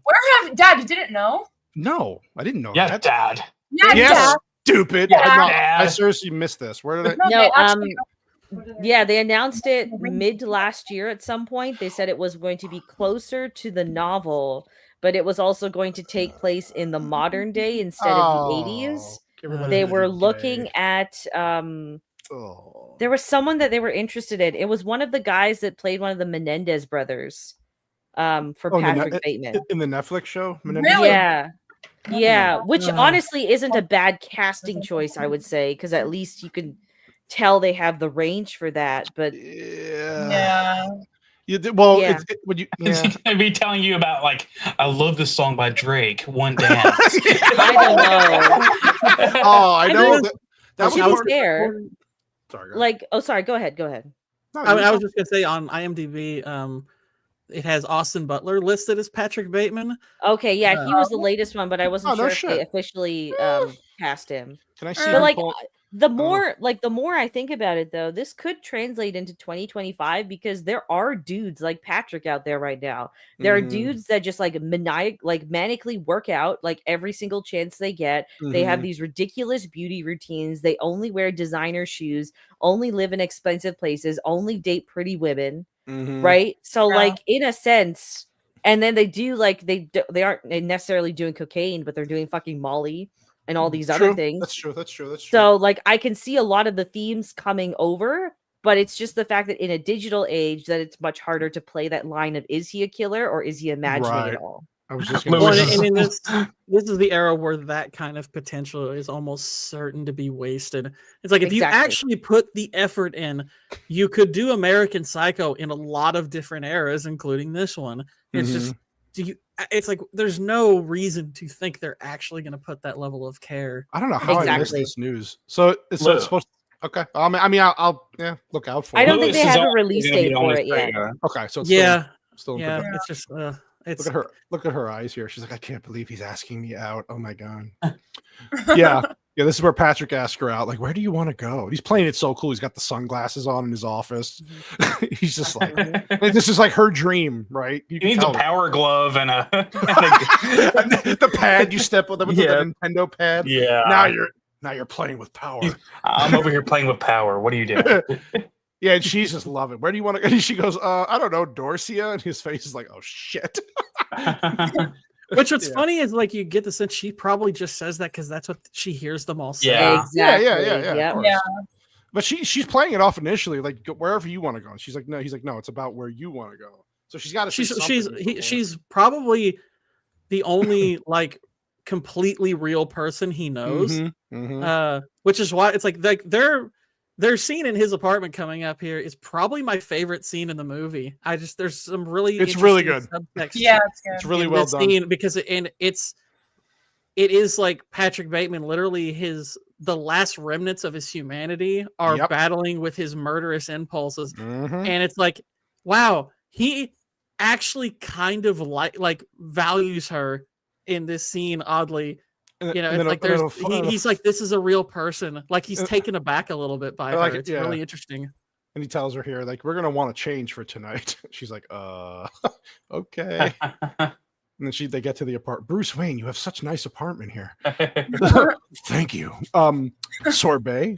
Oh yeah, the head. Any chance we can see that cave? Yeah. The fucking that's really none of your business. How much did you pay for that? I like how the head's right next to the ice cream in the freezer. Yeah. Of the blonde chick. It's like, oh god. Yeah. And he asks her questions too, like, where do you see yourself? Like, what do you want? Yeah, it's what's interesting is it's almost like this is the first time he's actually seeing her. I think that's part of why this is my favorite scene, is because he's kind of just disregarded her the majority of the movie, and he's only really invited her over because it's like, I just need someone else to kill. And now that he's actually speaking to her and she's being, she's nothing genuine like any of the women he talks to. Yep. And it's just like, he's seeing her for the very first time. He's like, this is actually a real person. This is a real person. I like that line when he's like, what do you want to do with you? And don't tell me you want to work with children. But yeah, she gives like a pretty, like, hey, I saw myself doing this. I got caught up in my work, but I want to travel. And yeah, it's nothing showy. It's very like, basic, very matter of fact, very simple. It's like, it's from somebody who really is okay with their life, but doesn't necessarily have everything figured out or anything. Yeah. It's just, he's not trying to put on a front or a face. No. She's just kind of awkwardly explaining, who she is. Yeah, and she says it like, I'm at that point in my life, I guess, now where I gotta start making some decisions, and that's why he says, like, do you feel fulfilled? And he's like looking for all these weapons and masking tape and duct tape, all this shit, and she's completely oblivious. Dude, she's so infatuated with him that she doesn't even know. She's so smitten, she doesn't even realize how strange this behavior is. Right. Like, Ted Bundy's dog was named Lassie, and she's like, who's Ted? His face is like, you're really killing my murder boner here, dude. Yeah, you're not helping me.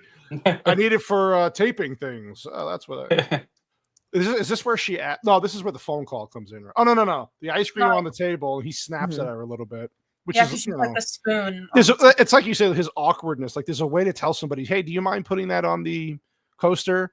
And he's like, no. And he's like, snaps at her, and she's like, oh shit. Okay. But yet she's still wet over him, so it doesn't matter. I don't blame her. We know, Vex. We know. Jesus. The shit I gotta protect you from. The shit I'm gonna have to protect you from in Vegas is ridiculous. Protect me from you're gonna need protection, man. What do you mean? From what? Yeah, I'm pretty sure if you go to Vegas, everybody should bring protection. What happens in Vegas stays. What happens in Vegas stays in Vegas. Sharpie gave me on your show Sunday morning. He said, I have to watch you. I was like, I think she'll be watching people for me. That's true. I was like, I'm going to be figuring out who of everyone we meet I can subtly use to start a sex trafficking ring. Yeah, this infection won't be that hard. That little red. All right. It won't be that difficult. A little red dot on her head is a video recorder, so watch out.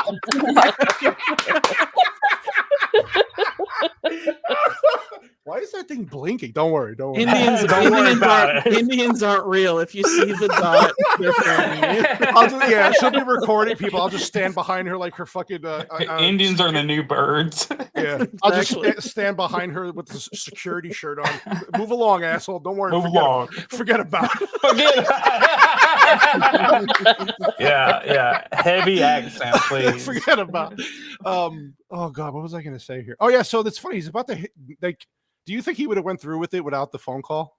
Like, did the phone call save her life? It did. Yeah.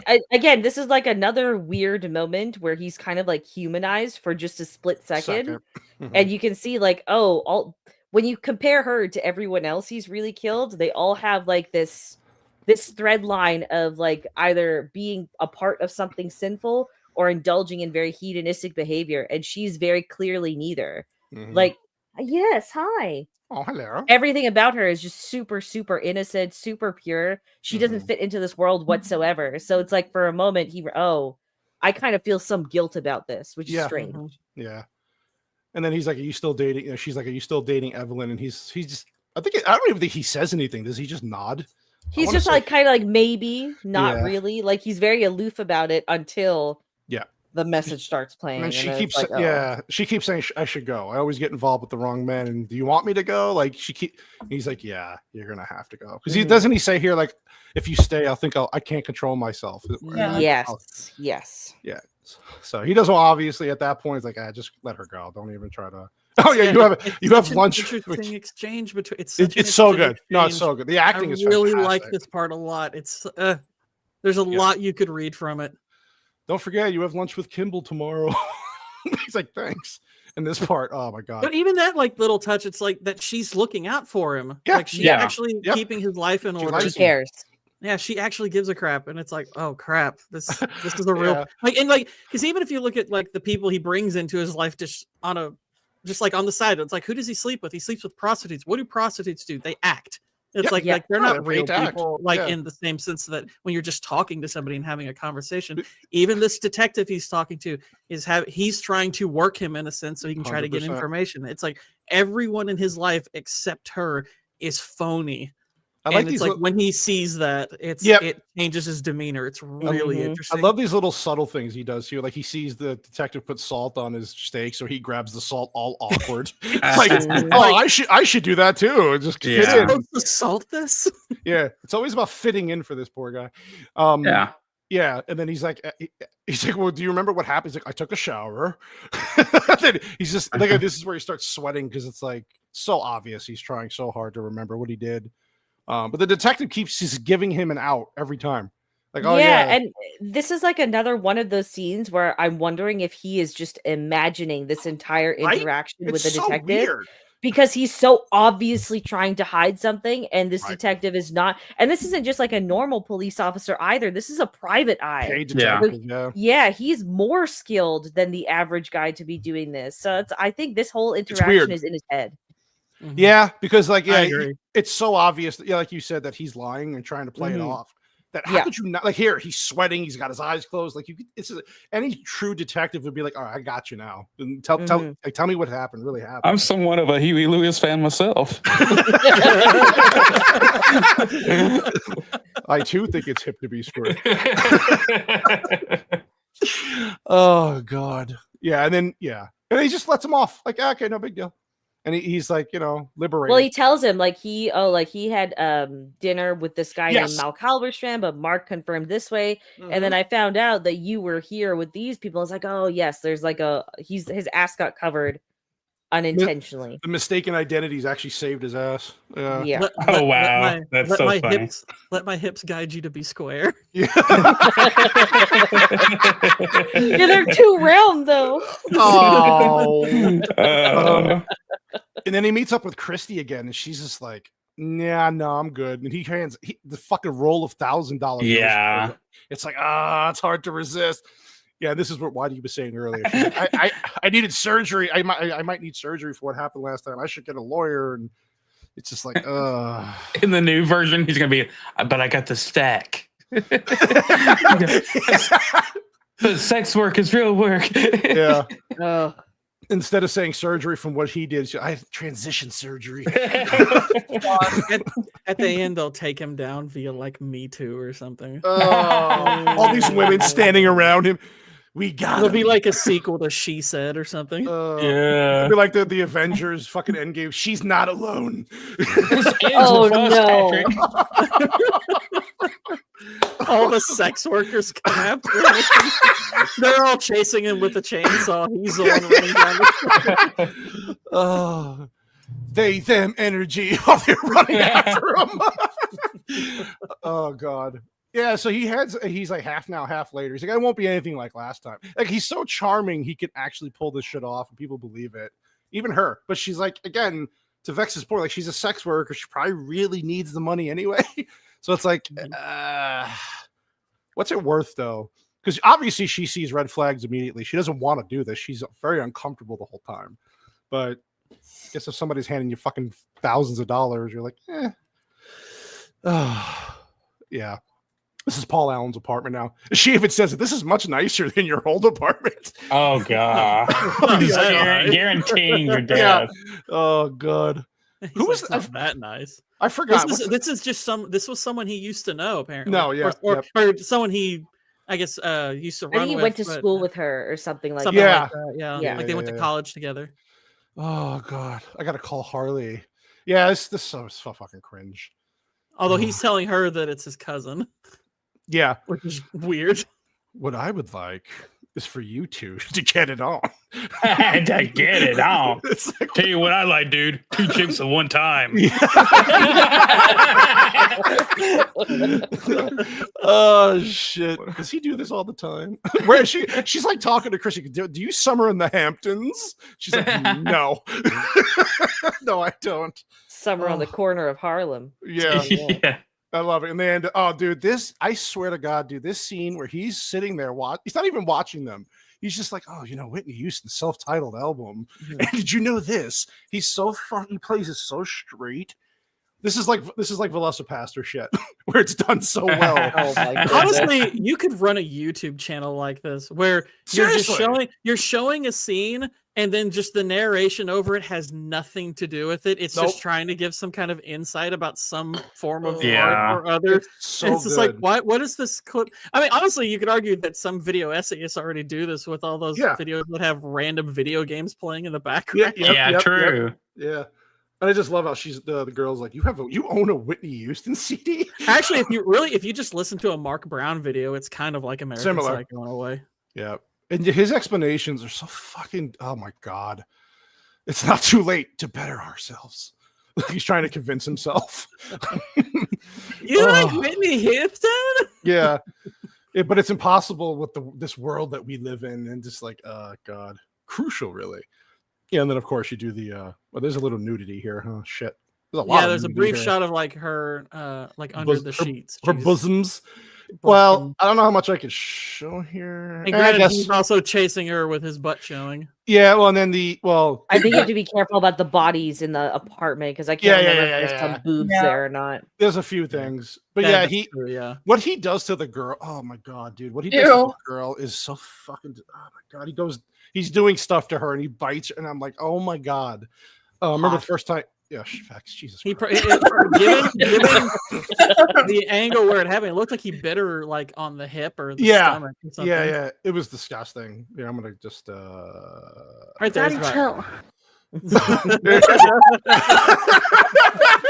were the results of the poll, by the way? I didn't even. I'm sorry. I'm so sorry. Yeah, the poll. Okay, 21 votes. We're gonna end the poll because it doesn't even show up for me. The poll. That's why I'm confused. Why? That's weird. It was, would you smash Patrick Bateman? And I put yes, no, and only if he was bloody holding an axe. That's why Hold on. So this means that 23 plus 28, so 51% of our votes. Yep. So 47% said no. Would 11 smash Patrick Bateman. Yeah. Dang. Yep. All right. Well. I like this chat just got a whole lot better in my eyes. Yeah, and this part here of him chasing this was crazy. Like he just knew. Dude. Yeah, exactly. It was fucking amazing. But like So the one thing we were saying after the movie ended, Sassy was like, "Was that in his was this in his head? Because how would nobody wake up with a chainsaw?" This was 100% in his head, and I think the following scene when he's because he goes to lunch or breakfast with Evelyn the day after. Hot.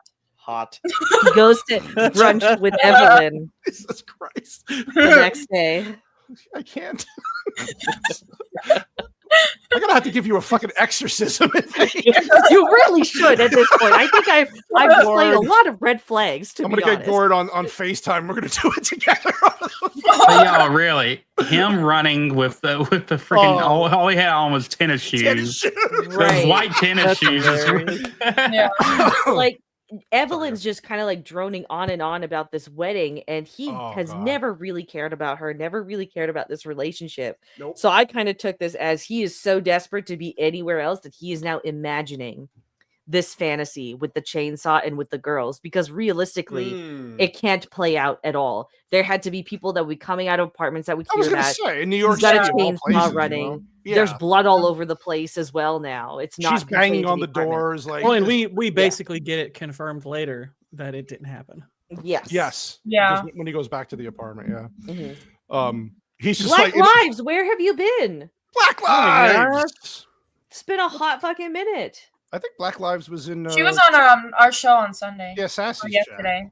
Dang. On Sunday. Yeah. Hello. Where you been, bro? What's up?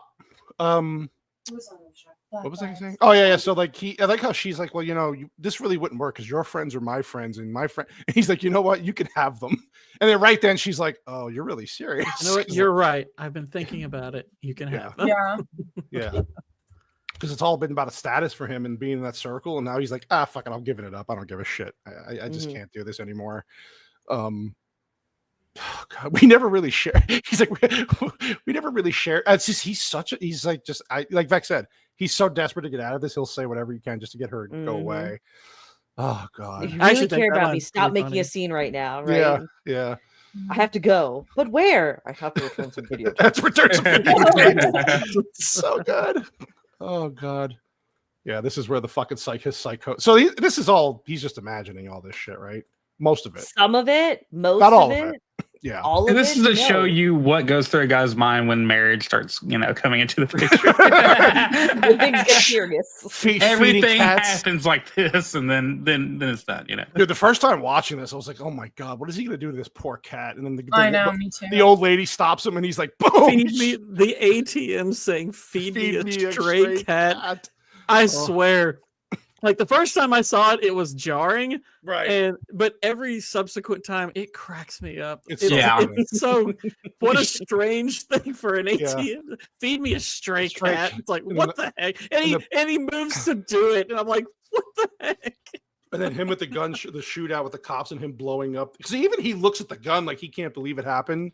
He blows up the car with the gun. Yeah, he's progressively like, something's off. Yeah, what's going on here?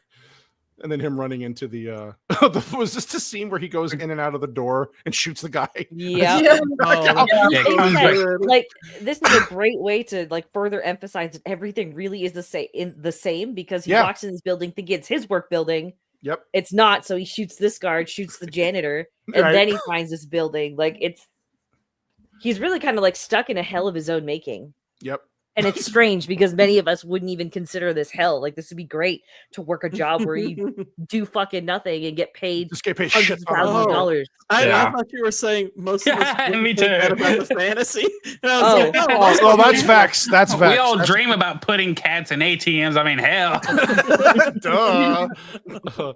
Yeah, and then the helicopter's following him, and he gets down. This is where he calls his lawyer, and he goes into this long confession about everything he's done. And then he admits that great freaking acting. Oh, dude, he's fucking good, man. The guy is such a great actor. And it just he's like, I cooked some of. He's like, I ate some of their brains. I even cooked some. It's like, I ate some of their brains.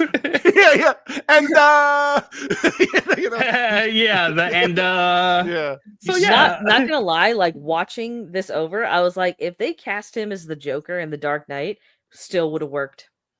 Yeah, he probably would have done great. He's that good of an actor. Well, he was, He even says to this day that Heath Ledger, anything he did as Batman never worked in the movie. He hated those. He hated the way he acted in those movies. Period. Really? Yeah, there was. I gotta find it. I'll send it to you. He's basically like, the first movie was just the beginning. He's like, I didn't think I did a great job, and he goes, in the second movie, Heath Ledger stole the limelight. Like he's like, not in a bad way. The guy was so good that I didn't matter in the movie, basically. So he's right. Like, yeah. And then The Dark Knight Rises, fucking movie sucked anyway. So. Now I need to train AI to read it in the voice of Tommy Wiseau. I ate her brain. I did not. I think in Bale's case, like for Batman, I think he's great physically in the suit. He's fantastic as Bruce Wayne. He's a great Bruce Wayne. Just, you know, when you have to put on the voice, like, granted, I think the voice he puts on in Batman Begins is the one they should have stuck with. It was, granted, I get the idea he was going for. A lot of people just think, oh, this is just weird. I'm like, no, he's trying to go for being animalistic. Mm-hmm. It's just, it gets ratcheted up too much in the second to the point where it's a little, it comes off as silly. Yeah. So, and honestly, the dialogue for Batman when he's got the suit on, it's just not that good a lot of the time.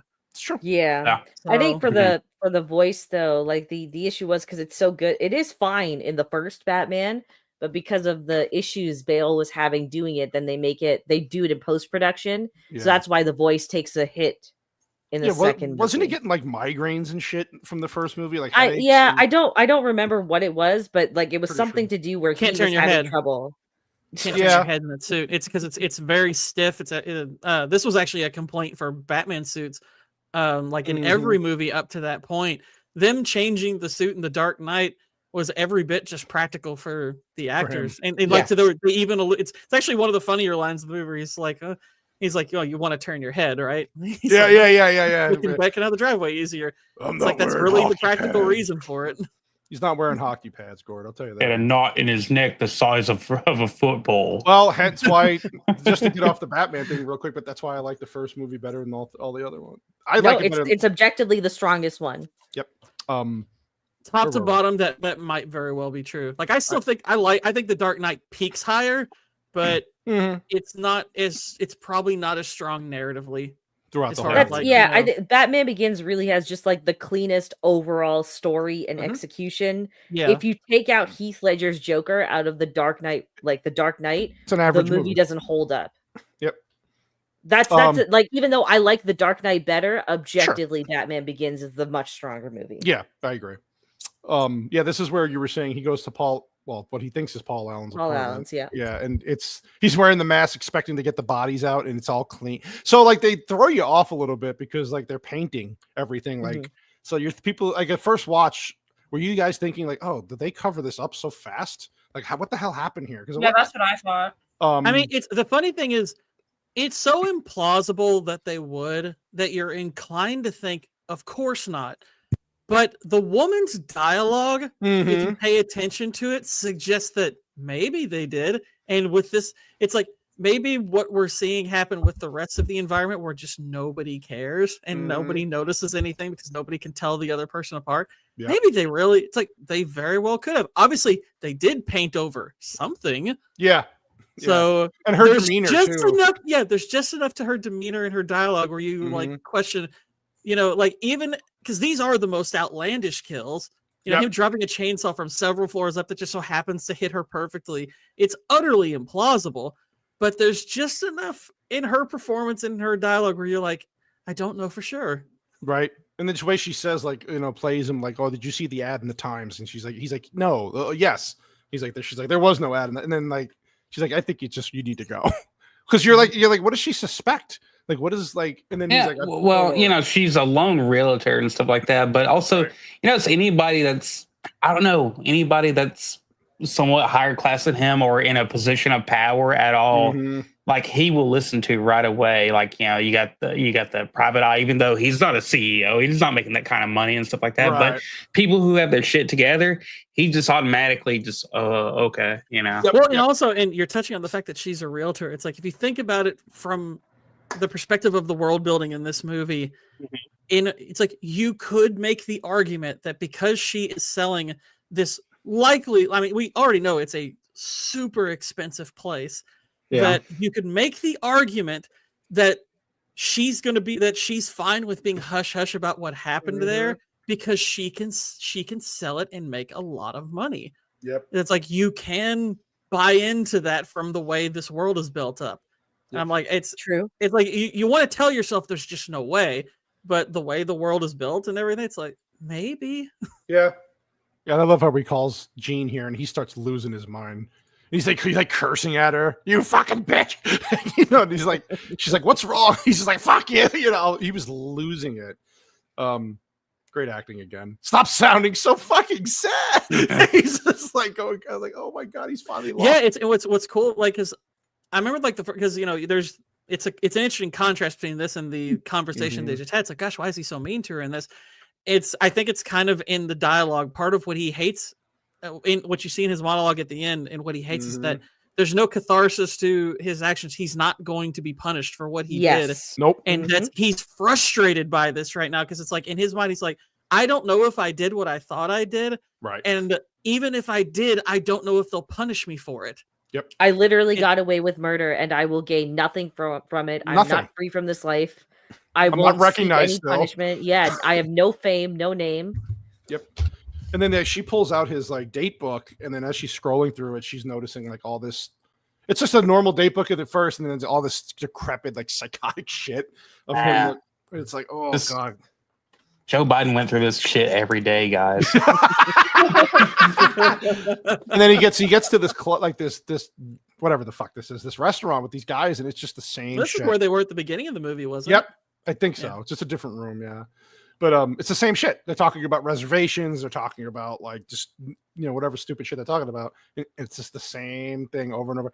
And then this is his lawyer, and I like how he confesses here. Like again, he's trying to, yeah. And this guy's like, it's not funny. Like he gets to the point where he's like, listen, I had dinner with Paul Allen in London, but he's like so fucking hell bound. And his lawyer doesn't even know it's him. No. Yep. His lawyer doesn't even know who he is. That's my point. It's crazy.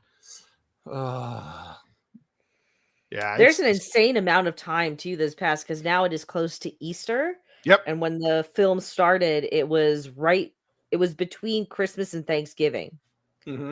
So, because he alludes to like, oh, we talked on the phone every week. Like I'm Patrick Bateman. I'm Pat Bateman. Don't you know who I am? Yep. How much is he imagining over the course of this film? Seriously, it's crazy. Like how much of his life outside of murdering is just his imagination gone wild? Yep. Yeah. I had dinner with Paul Allen in London, and he's just like, "What? No." And then he stops, and he's like, "Okay, this is not going the way I planned." Yeah. And then here, like you see all the heads getting cut off and all the sexual shit he wrote in his book, and she's like, "Oh boy, poor woman." Leave, sad about his. She's just really sad about his art. Yeah. This is no Pollock. He could have been better. Like I really don't understand the lighting direction of that nipple. These angles don't work for me. Okay? Yeah. Oh god. Yeah. And they're all just watching Reagan talk. And then again, back to the reservations. It's all like, just to be in. What do you think, Bateman? And does he say like nothing matters at that point? He says whatever. Whatever, yeah. Like he's just trying to fit in again. Yeah, see, but inside it doesn't matter. It's like, God, look at his face. He's just like, okay, so this is my life. I'm a fucking nobody. I can't do okay, so that sign right up there, this is not an exit. That was in the book. Sure. in the speech that he says, this is not an exit. Oh, no shit. I got to read the book, dude. Nice, nice bit of visual detail there. Yep, this fucking dialogue at the end is so good. Just, and it's like I'm there. Nothing's gonna come of all this, and I love how it just ends. Boom, just fucking so good. What the twist? I did not. Yeah, I mean, there you go. That's American Psycho. I did not kill them. Excellent movie. Excellent movie. Man, that's the difference in movies like this, and like The Sixth Sense. Who's going out and rewatching The Sixth Sense? I mean, I do rewatch that movie relatively often. I think it's a pretty well constructed movie. I saw it 2 times. I was just like, okay, and then there we go. And like I don't really need to see it again. But this movie keeps on drawing me back. Well, it's the same. Yeah, like this. You just got called a retard, right, Gord? You realize that that's what Whitey just did. That's wow. fine. But no, I do rewatch Sixth Sense, but I do think this is a far deeper. I think this is a far deeper film. I do think this is a Well, far it's the same thing with the film. usual suspects. People rewatch. People go back and rewatch that, even though the ending. See, I would argue Usual Suspects is thinner than the. Oh yeah, no, I'm Usual saying Suspects is actually not that deep of a film. It's just entertaining. No, it's fun. It's a fun. It's fine. It's fine, but like the Sixth Sense is a good movie to watch if you want to appreciate like how well crafted like the cause and effect is.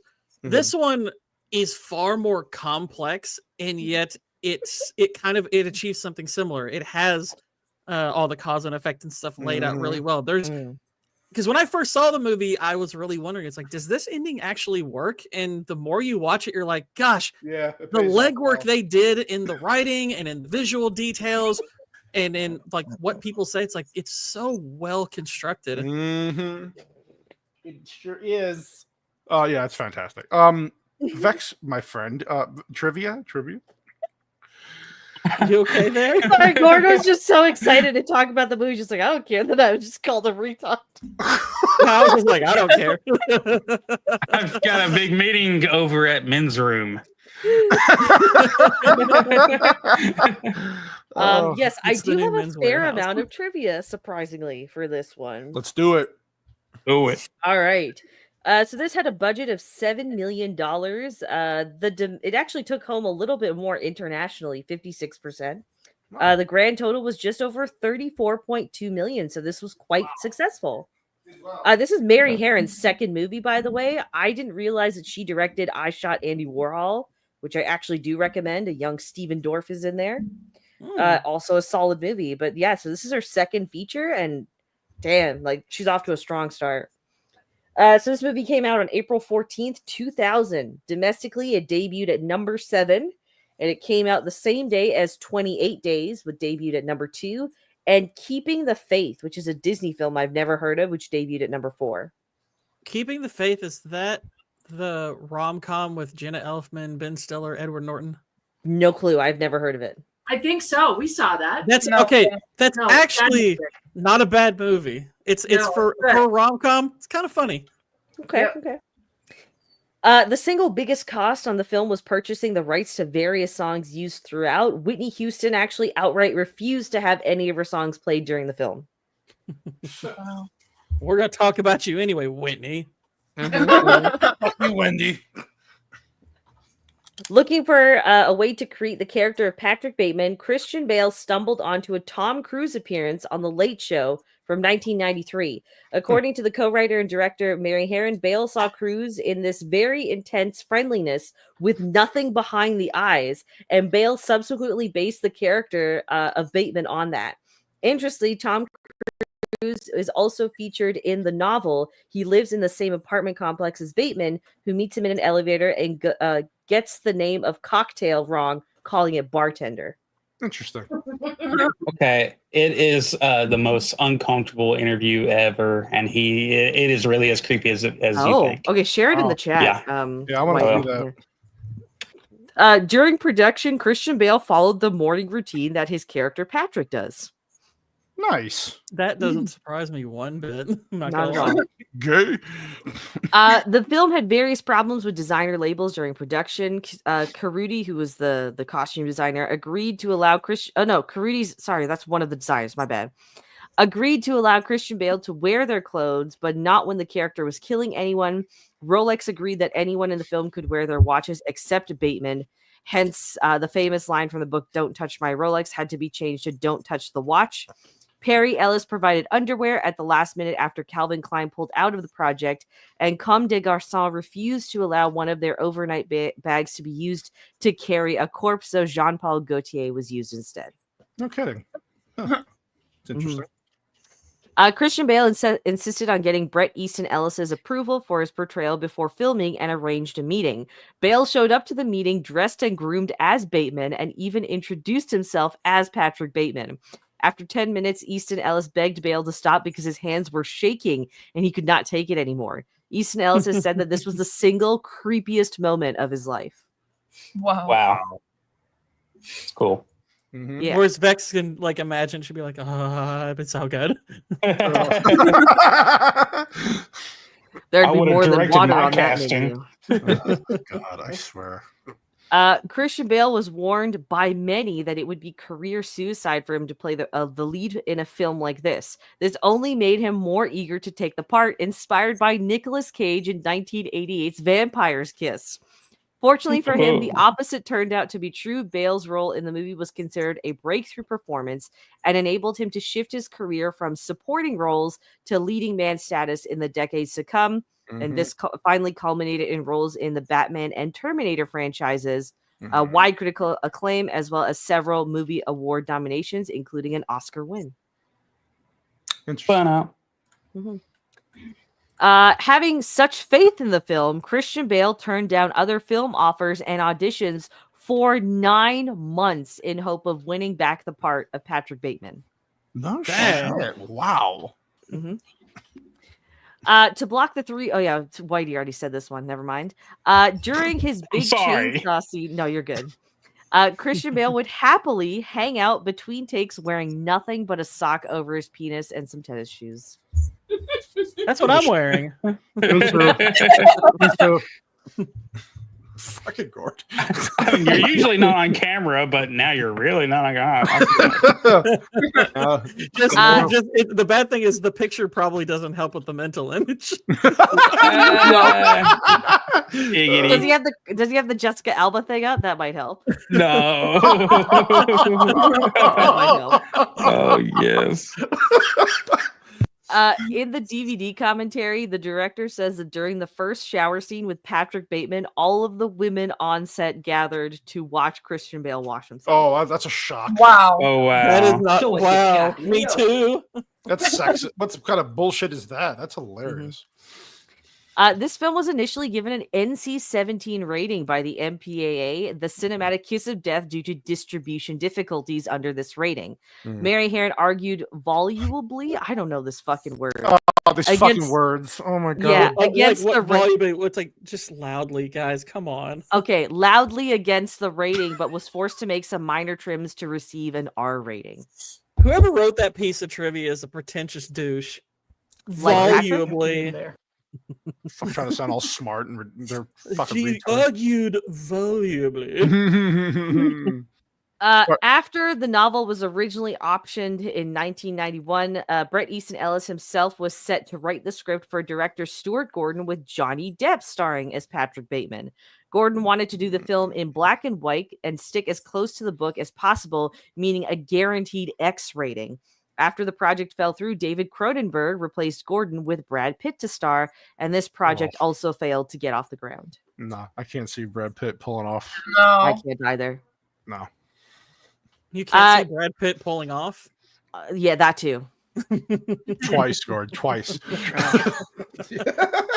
To buff up for this film, Christian Bale spent several hours a day in the gym, with an additional 3 hours a day with an on-set trainer. Jesus.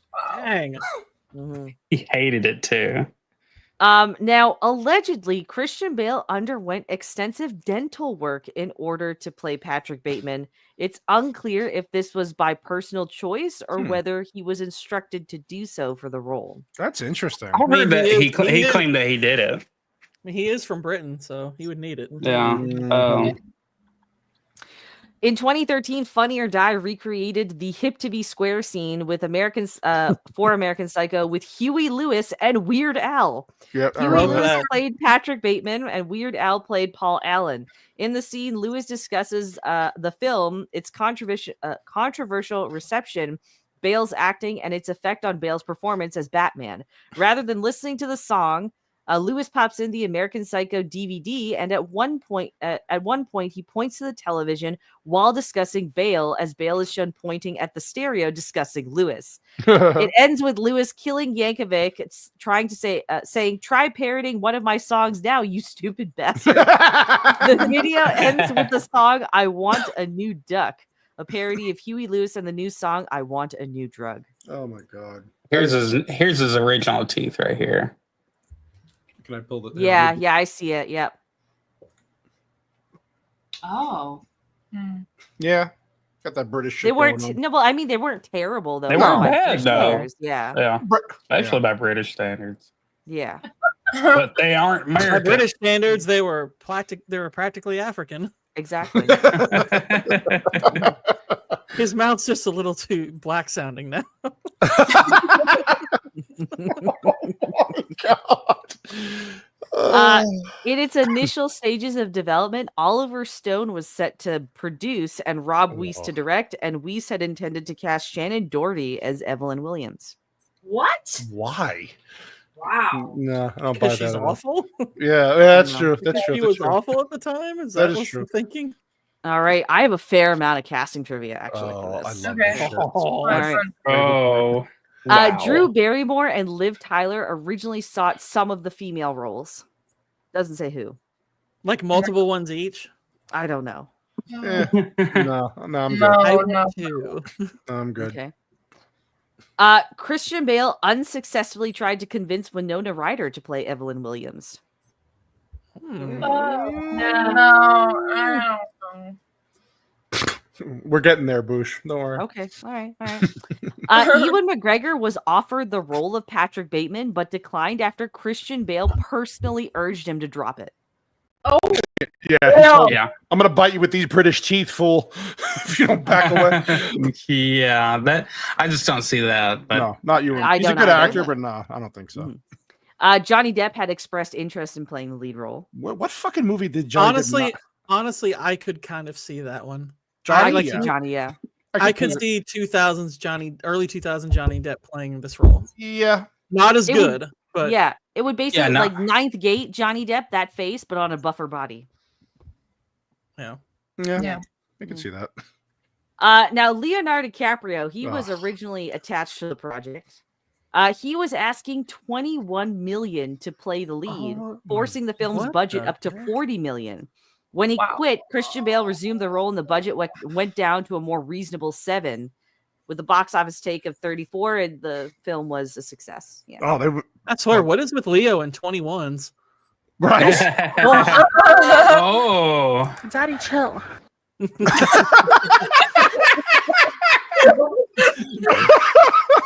Now, when Leonardo DiCaprio was still attached to the project, Gloria Steinman lobbied him to not make the film, as his fan base consisted predominantly of young teenage girls, and he could ruin his career. Steinman had spoken out about the novel several times and was against the film version in any incarnation. Her involvement is rendered especially interesting insofar as she would soon become Christian Bale's stepmother, as Steinman and Bale's father were Wow. dating at the time Yeah. Bale Oh accepted my the part. God. One Bale week later later. Yeah, Bale later dismissed right. rumors that he specifically accepted the role to irk Steinman as unsubstantiated gossip. Wow. I don't know. It worked out for the best. I definitely didn't want Leo for that. I don't think he has that kind of Agreed. range. Mhm. But my word, Steinman, because she's a women's women's activist and stuff like that. Yeah. She's like, no, this is gonna make you look bad. Then a week later, with what's his name? David Bale, his dad. 1 week freaking later.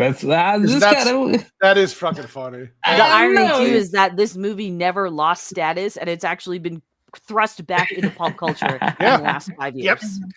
Is the We are greatest gonna irony. thrust it. Yeah. Oh, we're Thrust thrusting hard. something. Yeah. Right, because Yeah. I think DiCaprio would have the range to almost play like an older version of the character now, but in early Mhm. 2000s, I don't think he had it. No. Not a kill. He didn't have a killer's face, dude. I don't care how what movie you want to put him in. I just don't see him being blood smattered. Yeah, Yeah, he like if you is go the back bad to early guy. 2000s, he was kind of more Pretty boyish. like still in that kind of Babyface. like baby faced and kind of bratty acting. Was Yeah. sort of- Yeah. Yeah. that's kind of what he could play. Dying Like in Catch the Me Ocean. If You Can came out in 2001, and even then he still was rocking Yeah. that baby face. Mhm. Absolutely. Yeah. Great movie though. Yeah, very good. Oh yeah, movie. definitely. I think that's the last great movie that Spielberg Spielberg made. Yep. Dang. That's sad. did. Yep. Yeah, it is. When Lionsgate picked up the rights for the film, Herron was set to write and direct. Initially, she considered various actors for the role of Patrick Bateman, including Hmm? No. I haven't even said anyone yet. Hold on. Don't tease me, woman. Okay, including Billy Crudup. Wait, Billy. What's? I'm sorry. What role is this for again? Sorry. Patrick Bateman. Yeah. I don't I actually might think this could fall into his range, except for the more erratic parts. So, like, I think he could do the dead eye part. Yeah, but the not dead rest stare, of it, well. serious. Yeah. He looks like a dollar store version of Christian Bale right now, though. He does for real. Yeah, like I do like Billy Crudup as an actor really well. Sure. I mean, I think his performance in Watchmen actually gets underrated because of how good Jackie Earle Haley is. But it's like and he's great and Almost Famous. And I guess he probably did that instead of this, so I think it all worked out. It worked out for him. Yeah, he's got Almost credit Famous. in his By the name, way, so that fuck was- him. Almost Famous was the best movie of 2000, I think. Nobody asked you, Gord. Now Crudup It is was a good offered the movie. part but turned it down. By the way. Okay. Now Heron also considered Ben Chaplin. Ben Chaplin. Ben Chaplin. That Everybody- sounds familiar. Pull it up on the main screen. Yeah, I'm doing that. Chaplin now. or Chapman? Chaplin, Oh, yeah. right? Chaplin or Chaplin. Jesus, you and your fucking words. Hold on, I got. What has he I just acted in? Like, Oh, Nah, nah. can he Nerdy, even right? act? I don't see it. Oh, I No. like this actor, but yeah, he's not Not for this role. Okay. no. The next one is Robert Sean Leonard. Let's pull him up. Oh, Right the there, kid from right there, Dead Bob. Poet Society. The kid from Dead Poet Society. No, No. I don't. No, I don't see him. In this. Goofy. Yeah, no. Nah, Okay. he's no, yeah. He was in House. Now, that's right. this next one I don't know how to pronounce, so I'm just going Oh, to paste God. it in Here we- the private chat, and you can copy and paste that. Let me see. Jesus Jonathan Christ. Schacht. No, wait, hold on. I want to hear you say this. Though. Okay, I'm going to guess Jonathan Schiak. Yeah. Jonathan Schacht. Shake. Jonathan. I'll shake you, Jonathan Shake. Why did you say that name? No, I don't see it. I don't know. He's I know who he is. Okay. now that I Nobody see else it. saw him either. No. Look at it. Look at him in that suit jacket with no shirt on. That's hot. What Gay? a fruit. What a fruit. Yeah, that's pretty gay. Yeah. That is Who else? All right. Jared Leto was actually considered at one point. oh, Mm-hmm. Okay. Nah. And the last one is Johnny Lee Miller. Johnny That's Lee familiar. Miller. Hold on, I'm pulling I him can up. actually see this one. Let's see. This guy? I'd have Back to in look the at- early 2000s, Yeah, though. because in Train Spotting, he's really because he can't act. This guy can really act. Trying to And he remember what does he play- looked like in Train Spotting. He looked much younger, far more handsome, but he also played a psycho in Dexter season 5. So he had the chops for it. That's true, but they got a big Okay. old forehead, man. I don't know. It'd be too much face Yeah, mask. That he doesn't face need an mask would axe. go for Only- days. This That'd is be my only concern is not his acting. I would be curious, could they make him look the part right? Oh, they could. This is the time when he was married to Angelina Jolie, by the way. oh, What? wow. Is that why he Yeah. went bald and got that forehead? Who was Billy I Bob don't- Thornton married to? Angelina Jolie as well. Okay. None of them could match the kissing prowess of her brother, unfortunately. Oh. Keep it in the family. Now, eventually, Heron offered the part to Christian Bale, who accepted. The producers tried to talk Heron into casting Edward Norton, but she refused. Edwin Norton. Well, Norton, I would understand because I mean Norton, I could definitely see doing this, and probably of all the people we've mentioned, could perform it just almost as well. But yeah, I mean Bale's perfect in this. He is the perfect. He's the person. perfect. No, definitely not. I could not see him in that part. And honestly, you could argue that Norton, he probably would have tried to turn this movie into something else because he That's what he tried does. that. That's kind of who he was. Yeah, that's what He he tried to does. take control too often. Mhm. Now, but she refused and was ultimately allowed to cast Bale, but only on the provision that she cast at least 2 other big name actors in supporting roles. To this end, Heron hired Willem Dafoe to play Kimball and Reese Witherspoon to play Evelyn. However, after they had agreed to appear, Lionsgate told Heron they were going to make an offer to Leonardo DiCaprio to play Bateman. Herron told them that if they did, she would leave the project, which is exactly what happened. Oliver Stone was subsequently hired to replace Herron, working on a script by Matt Markwalder. Stone was set to cast James Woods as Kimball, Cameron Diaz as Evelyn, Elizabeth Berkley as Courtney, and keep Chloe Sevigny as Jean. Stone also decided to keep Leto on the project as Paul Allen. However, DiCaprio left to shoot The Beach instead. As the budget began to get out of control, Stone also left, prompting Lionsgate to rehire Herron, who returned to her original casting decisions and decided to keep Sevigny on the project. Wow. That's a mess. Wow. What a mess. To think, like, if this had stayed at 40, I don't think it would, like, a 40 million budget, even with Leonardo DiCaprio, with his fame at the time, I don't think this would have made a killing at the box office. No. Yeah, he actually still could have done American Psycho and shot a beach. Hold on, let me just see, how much did The Beach make? So The Beach had a $50 million budget, and it only grossed $144 million. I'm surprised it did that well. Yeah, it wasn't a good movie. But this is peak Leonardo DiCaprio. That's why. Yeah, that's true. I guess it had to be all star power because I mean, it's back then. Yeah, those like in the U.S. it was and it was mostly international that did it because domestically it only made 30. You remember a time when stars actually made you go to the movies? You remember that? Stars used to sell movies big time. That shit? Yeah. I remember there was a huge discourse about where they filmed The Beach as well, which probably killed some interest for moviegoers.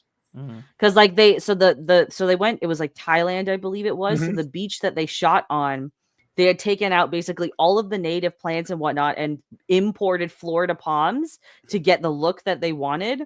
And they made a promise to the government at the time when they got the filming rights that they would restore it, but they never did. They literally just left this beach in shambles. It caused a ton of damage to the corals in the area and the wildlife.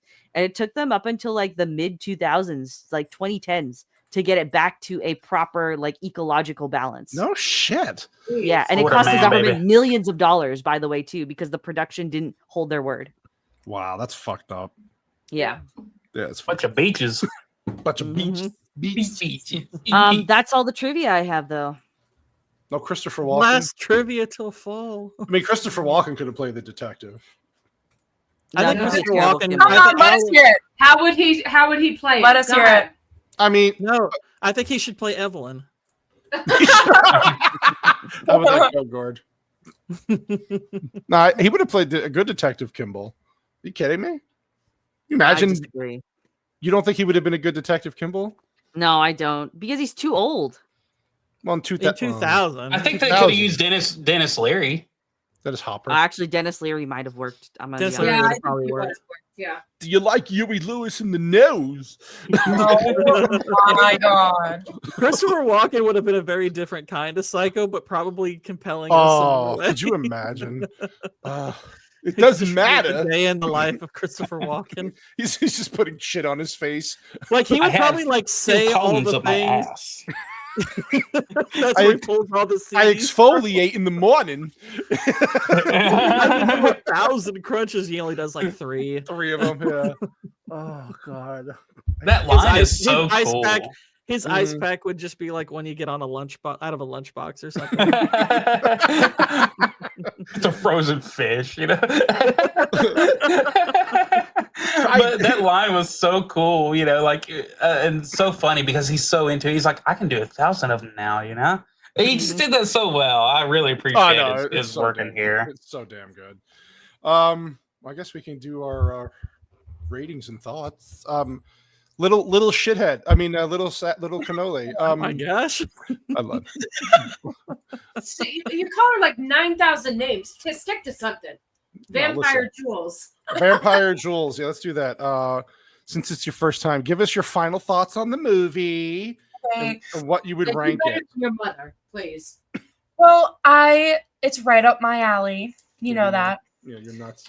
But I like the movies like that make you think and use your head. I like that. What did you think about the ending? I like how it. What do you think happened? Do you think he did it, or do you? I think a lot of it probably was in his head. Yeah. What do you think, Mom? I have no opinion. Go ahead. Okay. What would you? I don't know. What score would you give it? I would give it a 10 out of 10. I don't know Mom, what would we do? The 10 what? Oh shit. Come on, 10 what? What do we? I don't know. I don't know. I can't. We'll have to come back to it. Yeah, we're not cool like that. Like we're not like that. We're not like that. We're not cool like that. You would score 10 Whitney Houston #1 hits. Yes. Out of 10. There you go. Yes. There you go. There you go. Love it. And you didn't find anything wrong with the movie. It was just perfect for you. Well, he's in it, so it is perfect. Okay, there you go. Automatic. Like you literally are. Your eyes are blessed the whole movie. Oh, Jesus. So. All right, there you have it. Yep. Thank you. Gord Kang. Well, yes. I would say there's an idea of a score out of 10, some kind of abstraction. And although I can hide behind you cold gaze, and you can even sense that our scores are probably comparable, it's simply not there. So I would go 8.5. I would go 8.5 heads on a stick out of 10. Nice. Beautiful. Vex. Yes, I want to hear Vex's. Well, Gord's review is a little too new wave for my taste.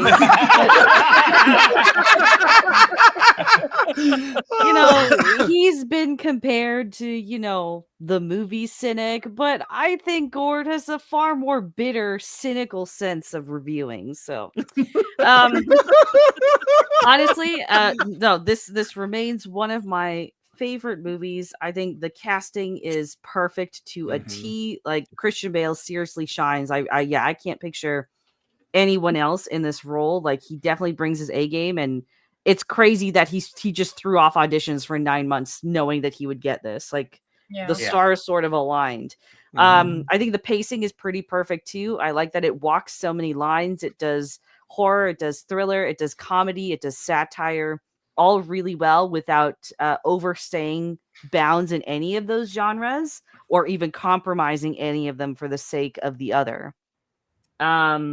There's some really great culture commentary as well about what masculinity is supposed to be in the modern era specifically, because like this is well past kind of the white picket fence. We're post-war now. Like this is kind of when consumerism is starting to really take over like American and Western culture and reshape ideals for a lot of people in the West. So while this is like to a very extreme satirical end, I still think it makes the meaningful commentary that's relevant to today, even in just some of the way the women respond to what is considered current day masculinity as well.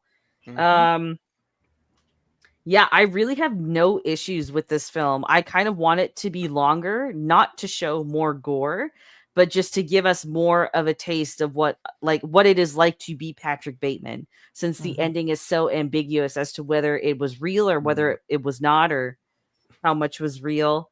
I'm very curious. I really want to start reading the book again, but I'm just like, I can't start 2 books. I need to finish Invincible. I can't do 2 at a time. I was going to say, like, isn't Invincible like 10 massive novel or omnibuses? It's like 3 omnibuses, and I'm only like 3/4 of the way through the first one. Okay. Did you say you can't do 2 at a time, Vex? He would be very ashamed. He could do 2 at a time. Yeah, but he's a man. You know what I'd read? 2 books at the same time. Like I tried to read 120 Days of Sodom with Invincible, and I was like, these are too extremes. I can't do this. God. Yeah. I was gonna say, wow. I can't focus on both of these. So so it's just sitting on my nightstand right now while I read Invincible on my iPad. So I'm going to give this film, I can't fault it. Like literally, I think for what it is, everything is really perfect about it. And what's even better is that it gets even better with each rewatch. So I'm gonna give this 10 washed vaginas. There you go. God. Jesus. White Bear. Well, subtle off white bear. Subtle off. The whole movie has a clear, crisp scene. And so it's And Christian Bale really put a new sheen of consummate professionalism that really gives my rating a big boost. Dude, this movie was one of those movies that I'm so glad that I watched again and again and again. And it's definitely, anybody in the chat who hasn't really took a look at it, take a look at it. It's worth it. It gave us all a really good fun time, and it's so freaking deep. And y'all brought up points while we were just reviewing it, scanning through the movie that made me look at it even more. So I'm gonna have to give it a 8.5 out of 10 on this one. So 10 studios. So. God damn it! You stole my review thing. Fuck you. Fuck you, cocksucker. God. Fuck you cocksucker. Try reviewing another movie on MMM again, you fucking bastard. Movies, and I like them too. You guys you guys nailed it. I think maybe it was Vex yesterday or over the week. It was saying, maybe he's watching this as an adult hits so different than when I was younger, when I first saw it, and then watching it again. It's just, God, it's so good. I had such a blast watching it. Again, I always like watching Sassy's reactions to movies. Yeah. For the first time, and just watching her face, like, what is happening? It was great. But I do love this movie. I think it's fantastic. I love Bale. The guy just shows his acting range throughout the whole movie. He's such a damn good actor. It's just unbelievable. Like Vex said, the casting's great. Gore brought up great points about the story. I'd give it 8.5. It sounds too black for me out of 10. Absolutely great movie, and it's rewatchable, and it's hilarious, and it has heavy themes that you can go back and just go through. It's great. So reviewing it has been a blast. I'm glad we picked this as the last one for our break because it's such a good movie and we all love it. So good job, people. Good job. Well, that's it. So we'll go through the panel, talk about where we're going to be, what we're doing, what we got coming up. That's up, Matt Cat. I see you popping up in the chat. Thanks. Thank you, Jacob. Waving to you. Thanks, Jacob. We love you, dude. We'll be back at some point. I'll announce that out when we're ready. But thank you, Jacob. And I hope everything works out if you again with your GoFundMe. And that's still linked in the chat. So go help them out.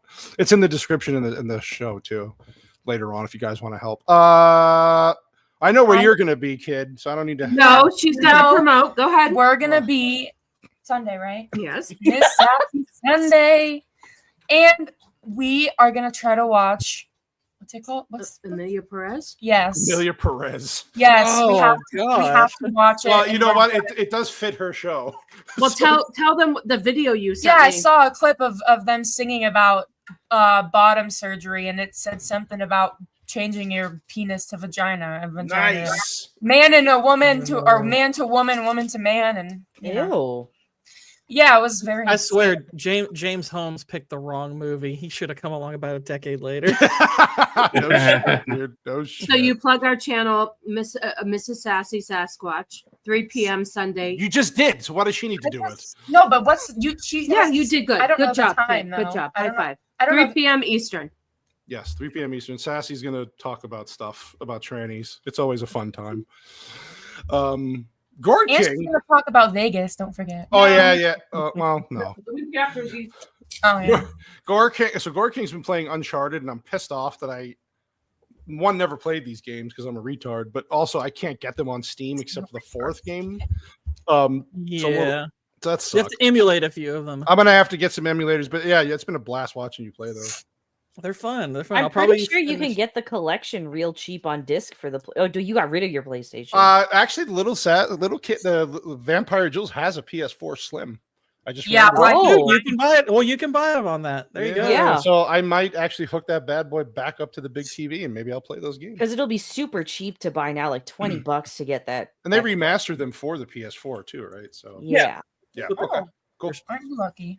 And like the other ones, the Legacy of Thieves games, those 4 and Lost Legacy, you can play those on Steam. On Steam, yep, exactly.